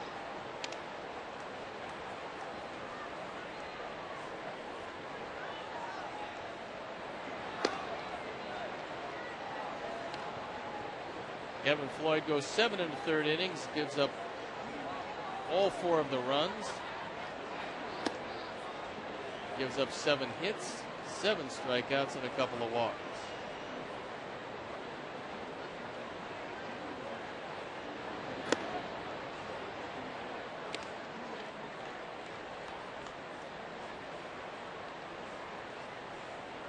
So now runners at the corners. And that'll bring up Luke Scott, who has struck out, grounded to first softly, and popped up to left field.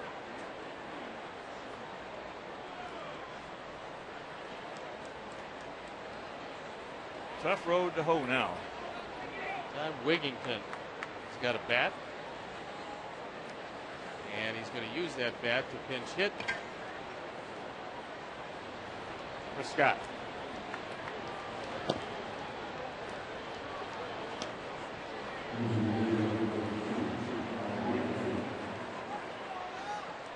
Well, here's Ozzie.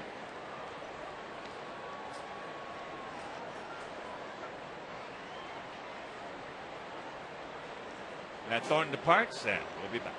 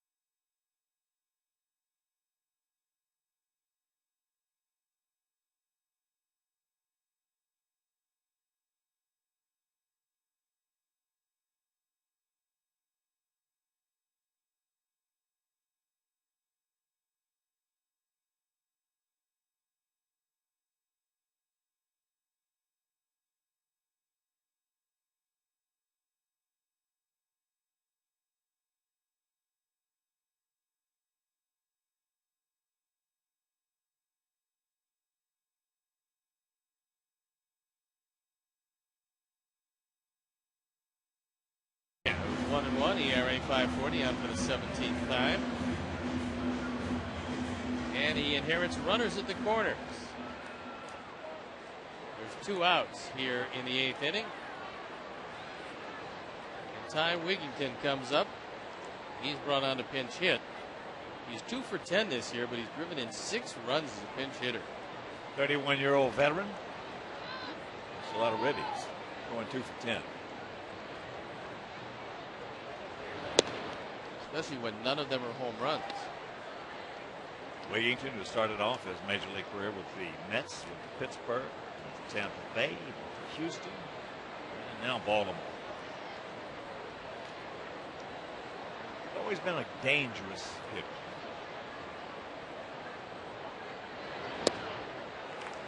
Big hack, no contact.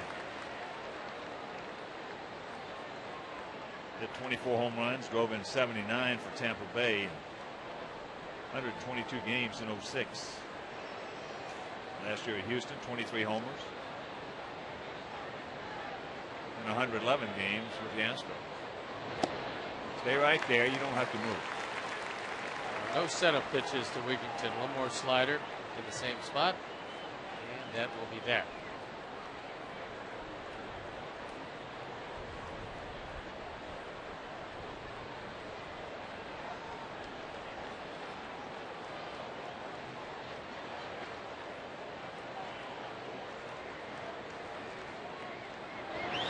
Yes, he did. No, he didn't. He didn't go.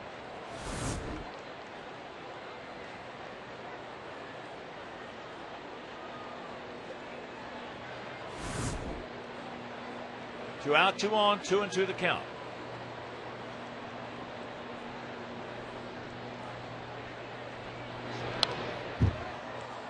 Just underneath that one. You want to be real careful with that fastball to this guy who's got all kinds of problems hitting a slider.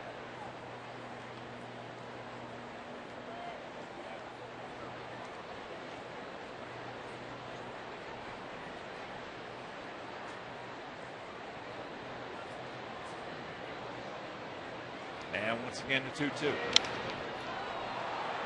And there's a base hit. So Markakis will score, and it's a 5-1.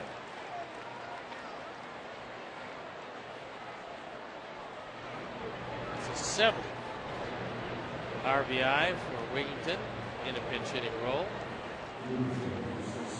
Big 4 up on the board.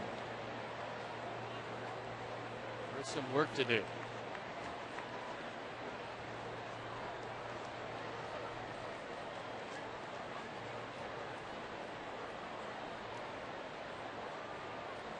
And here's Mora.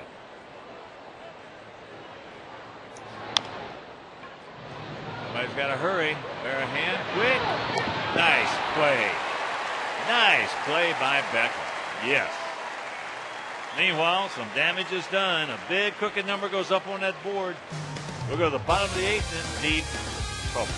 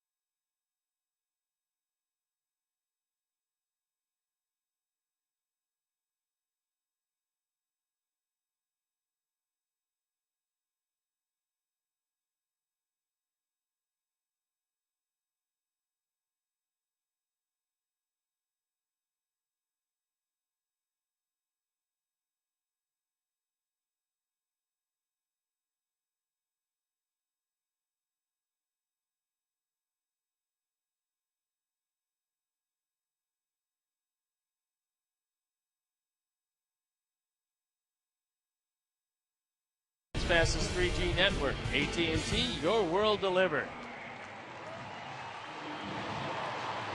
Annie's Baez comes into the game for the 44th time. Record 4-6, ERA touch over 4. And he inherits a 4-run lead. And the first pitch strike at 92 to Jermaine Dye. Jermaine is 1 for 3 and has hit the ball hard twice. 1-1 the count. Tomey on deck, Konerko in the hole. Guthrie went 7, gave up a run on 6 hits, walked 2, fanned 2. Ball then to right center field. Markakis has got time.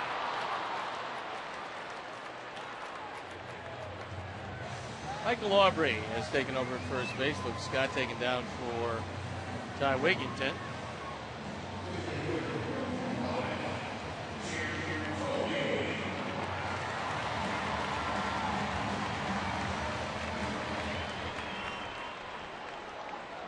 So here is Tomey, all alone now in 12th place. With his 564th homer comes back in the 4th inning.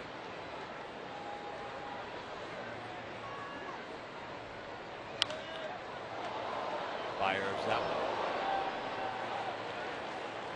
July 17th, these two hooked up. And Jim Tomey remembers that one because he got a fastball up and out over the plate. And he took it way back there.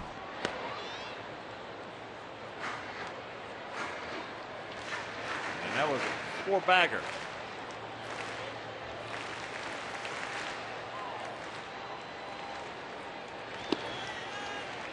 Two and 2 the count.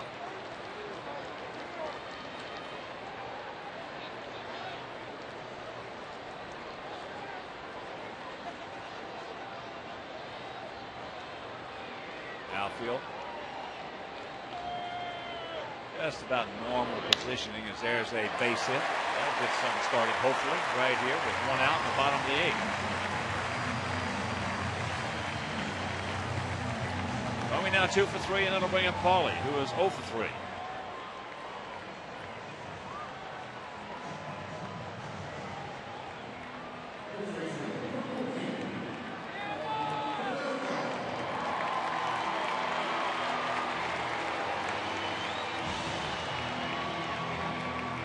Paulie has popped to second, grounded to short, and gone out to center.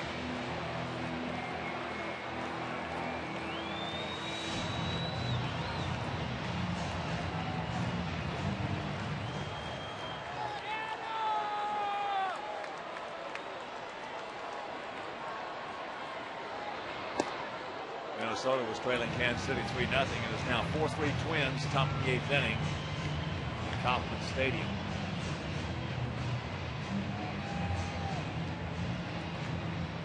(5-1) Orioles on top.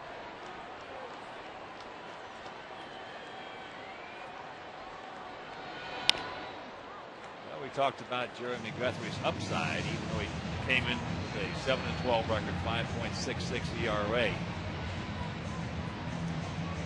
He got in some jams and then bristled up and pitched out. We've seen a couple of his better performances this year. That's Rick Kranitz, the pitching coach. He's on the phone to the bullpen.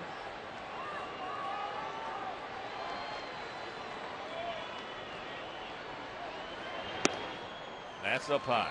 There was a time when Baez was a pretty good closer. 0-3 in Cleveland, 25 saves. Then 0-4 in Tampa Bay, 30 saves, and 0-5 in Tampa Bay, 41 saves. That year with a 2.86 ERA, that's a big year.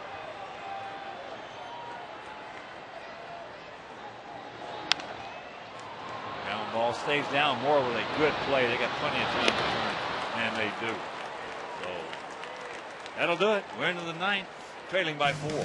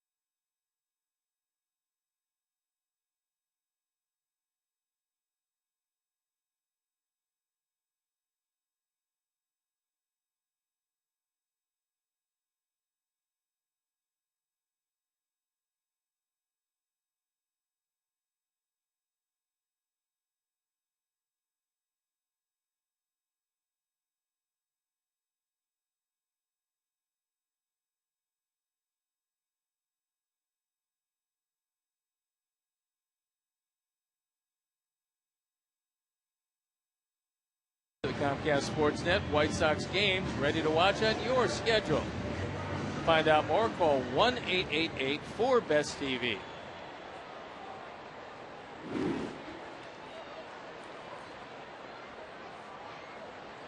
Matt Wieters will lead it off here in the top of the 9th inning.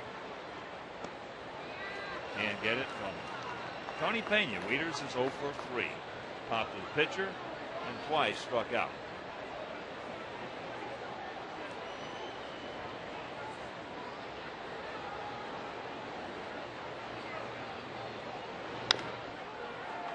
Over there.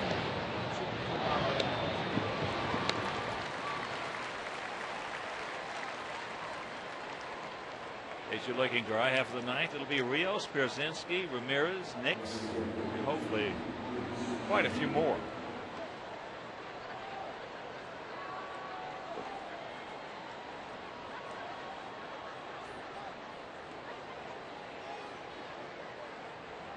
Ye's had a good night. 2 for 3 with 2 little soft singles. That's part of his game, I would imagine. Most part of his game right now.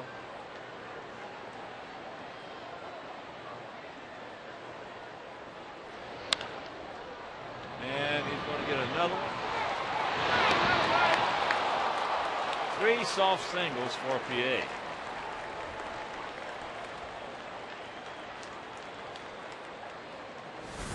He's still young enough to have a chance to be a pretty decent player. This ball was sinking seemingly out of sight. PA went down and got it, hit it in a perfect spot. Good effort by Nix.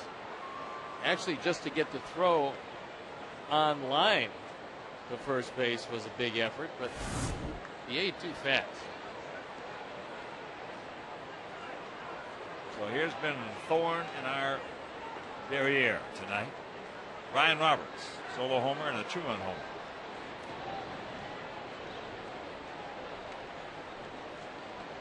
Five, 10, and 2 for them. 1, 7, and 0 for us. Chris Ray loosening up in the bullpen.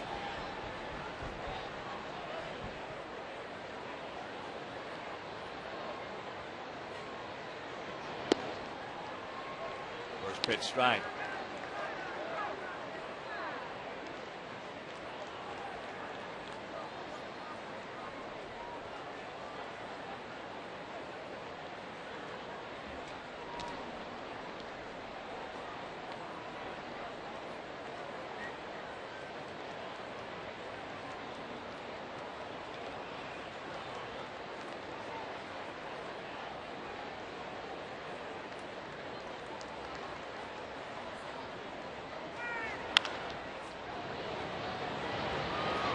Lead man. So 2 out. Andy Williams loosening quickly in the pen.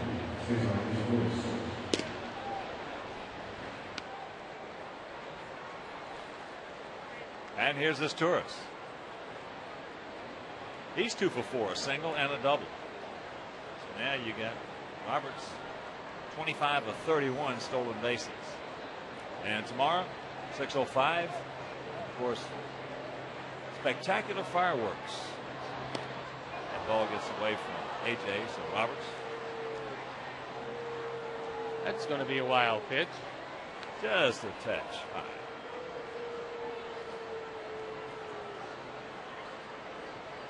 Tomorrow night, 6:05, Johnny Danks against David Hernandez. Can't make it to the ballpark. That game will be over WGN. And the finale on Sunday afternoon, Mark Burley against Jason Birkin. That game right back here on Comcast Sportsnet.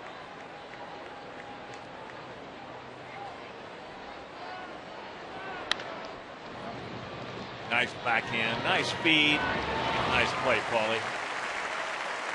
And that'll do it. We got some work to do. 3 outs to do it in.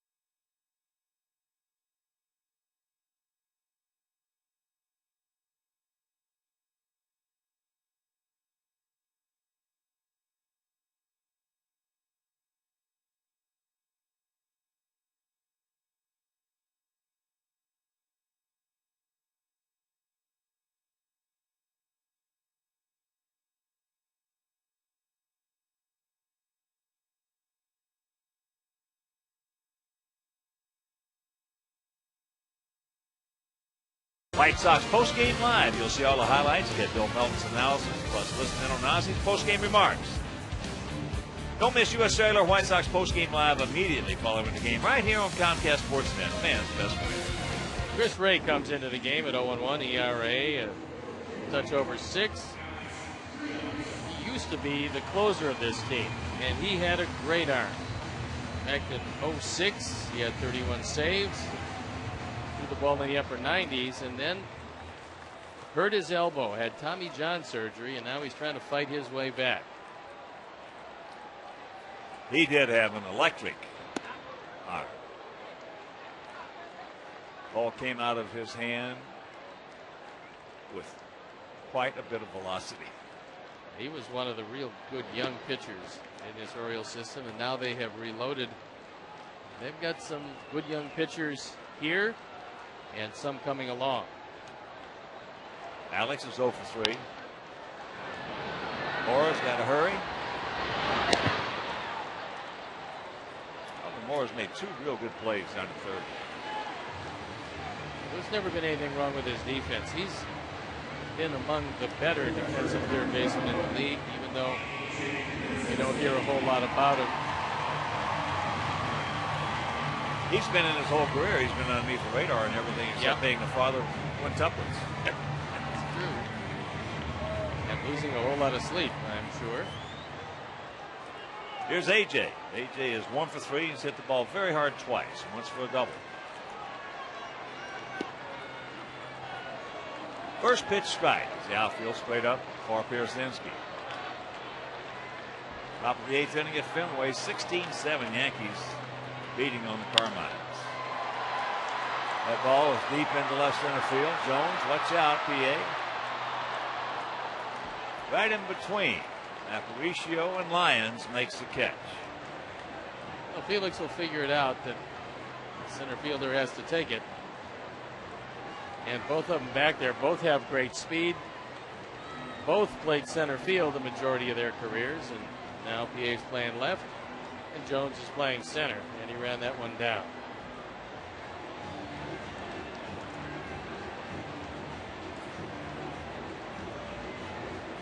Jim Thome, our only run, was 564th home run leading off the 4th inning. But as I mentioned, we had 3 other innings. We had men on first and second, nobody out twice. Then we had men on first and third, 1 out, and couldn't do anything with it. 1-1 tie until the top of the 8th, where they put a 4 spot on the board.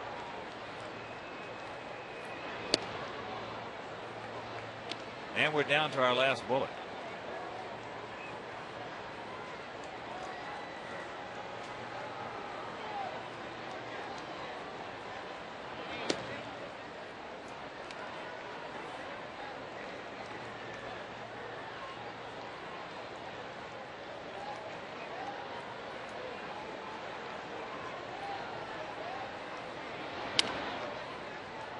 Fouls that one over off our dugout. So the Sox, as we speak, with Detroit taking on the A's out at the Coliseum later on, we'll go 3 games down to the Tigers.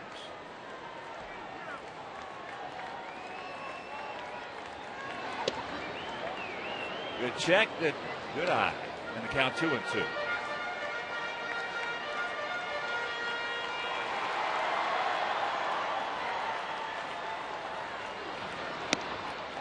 And this ball game is over.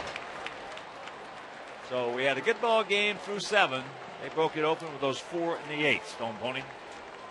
Well, unfortunately, not enough offense. Guthrie was very good tonight, and he wound up out pitching Gavin Floyd. All right.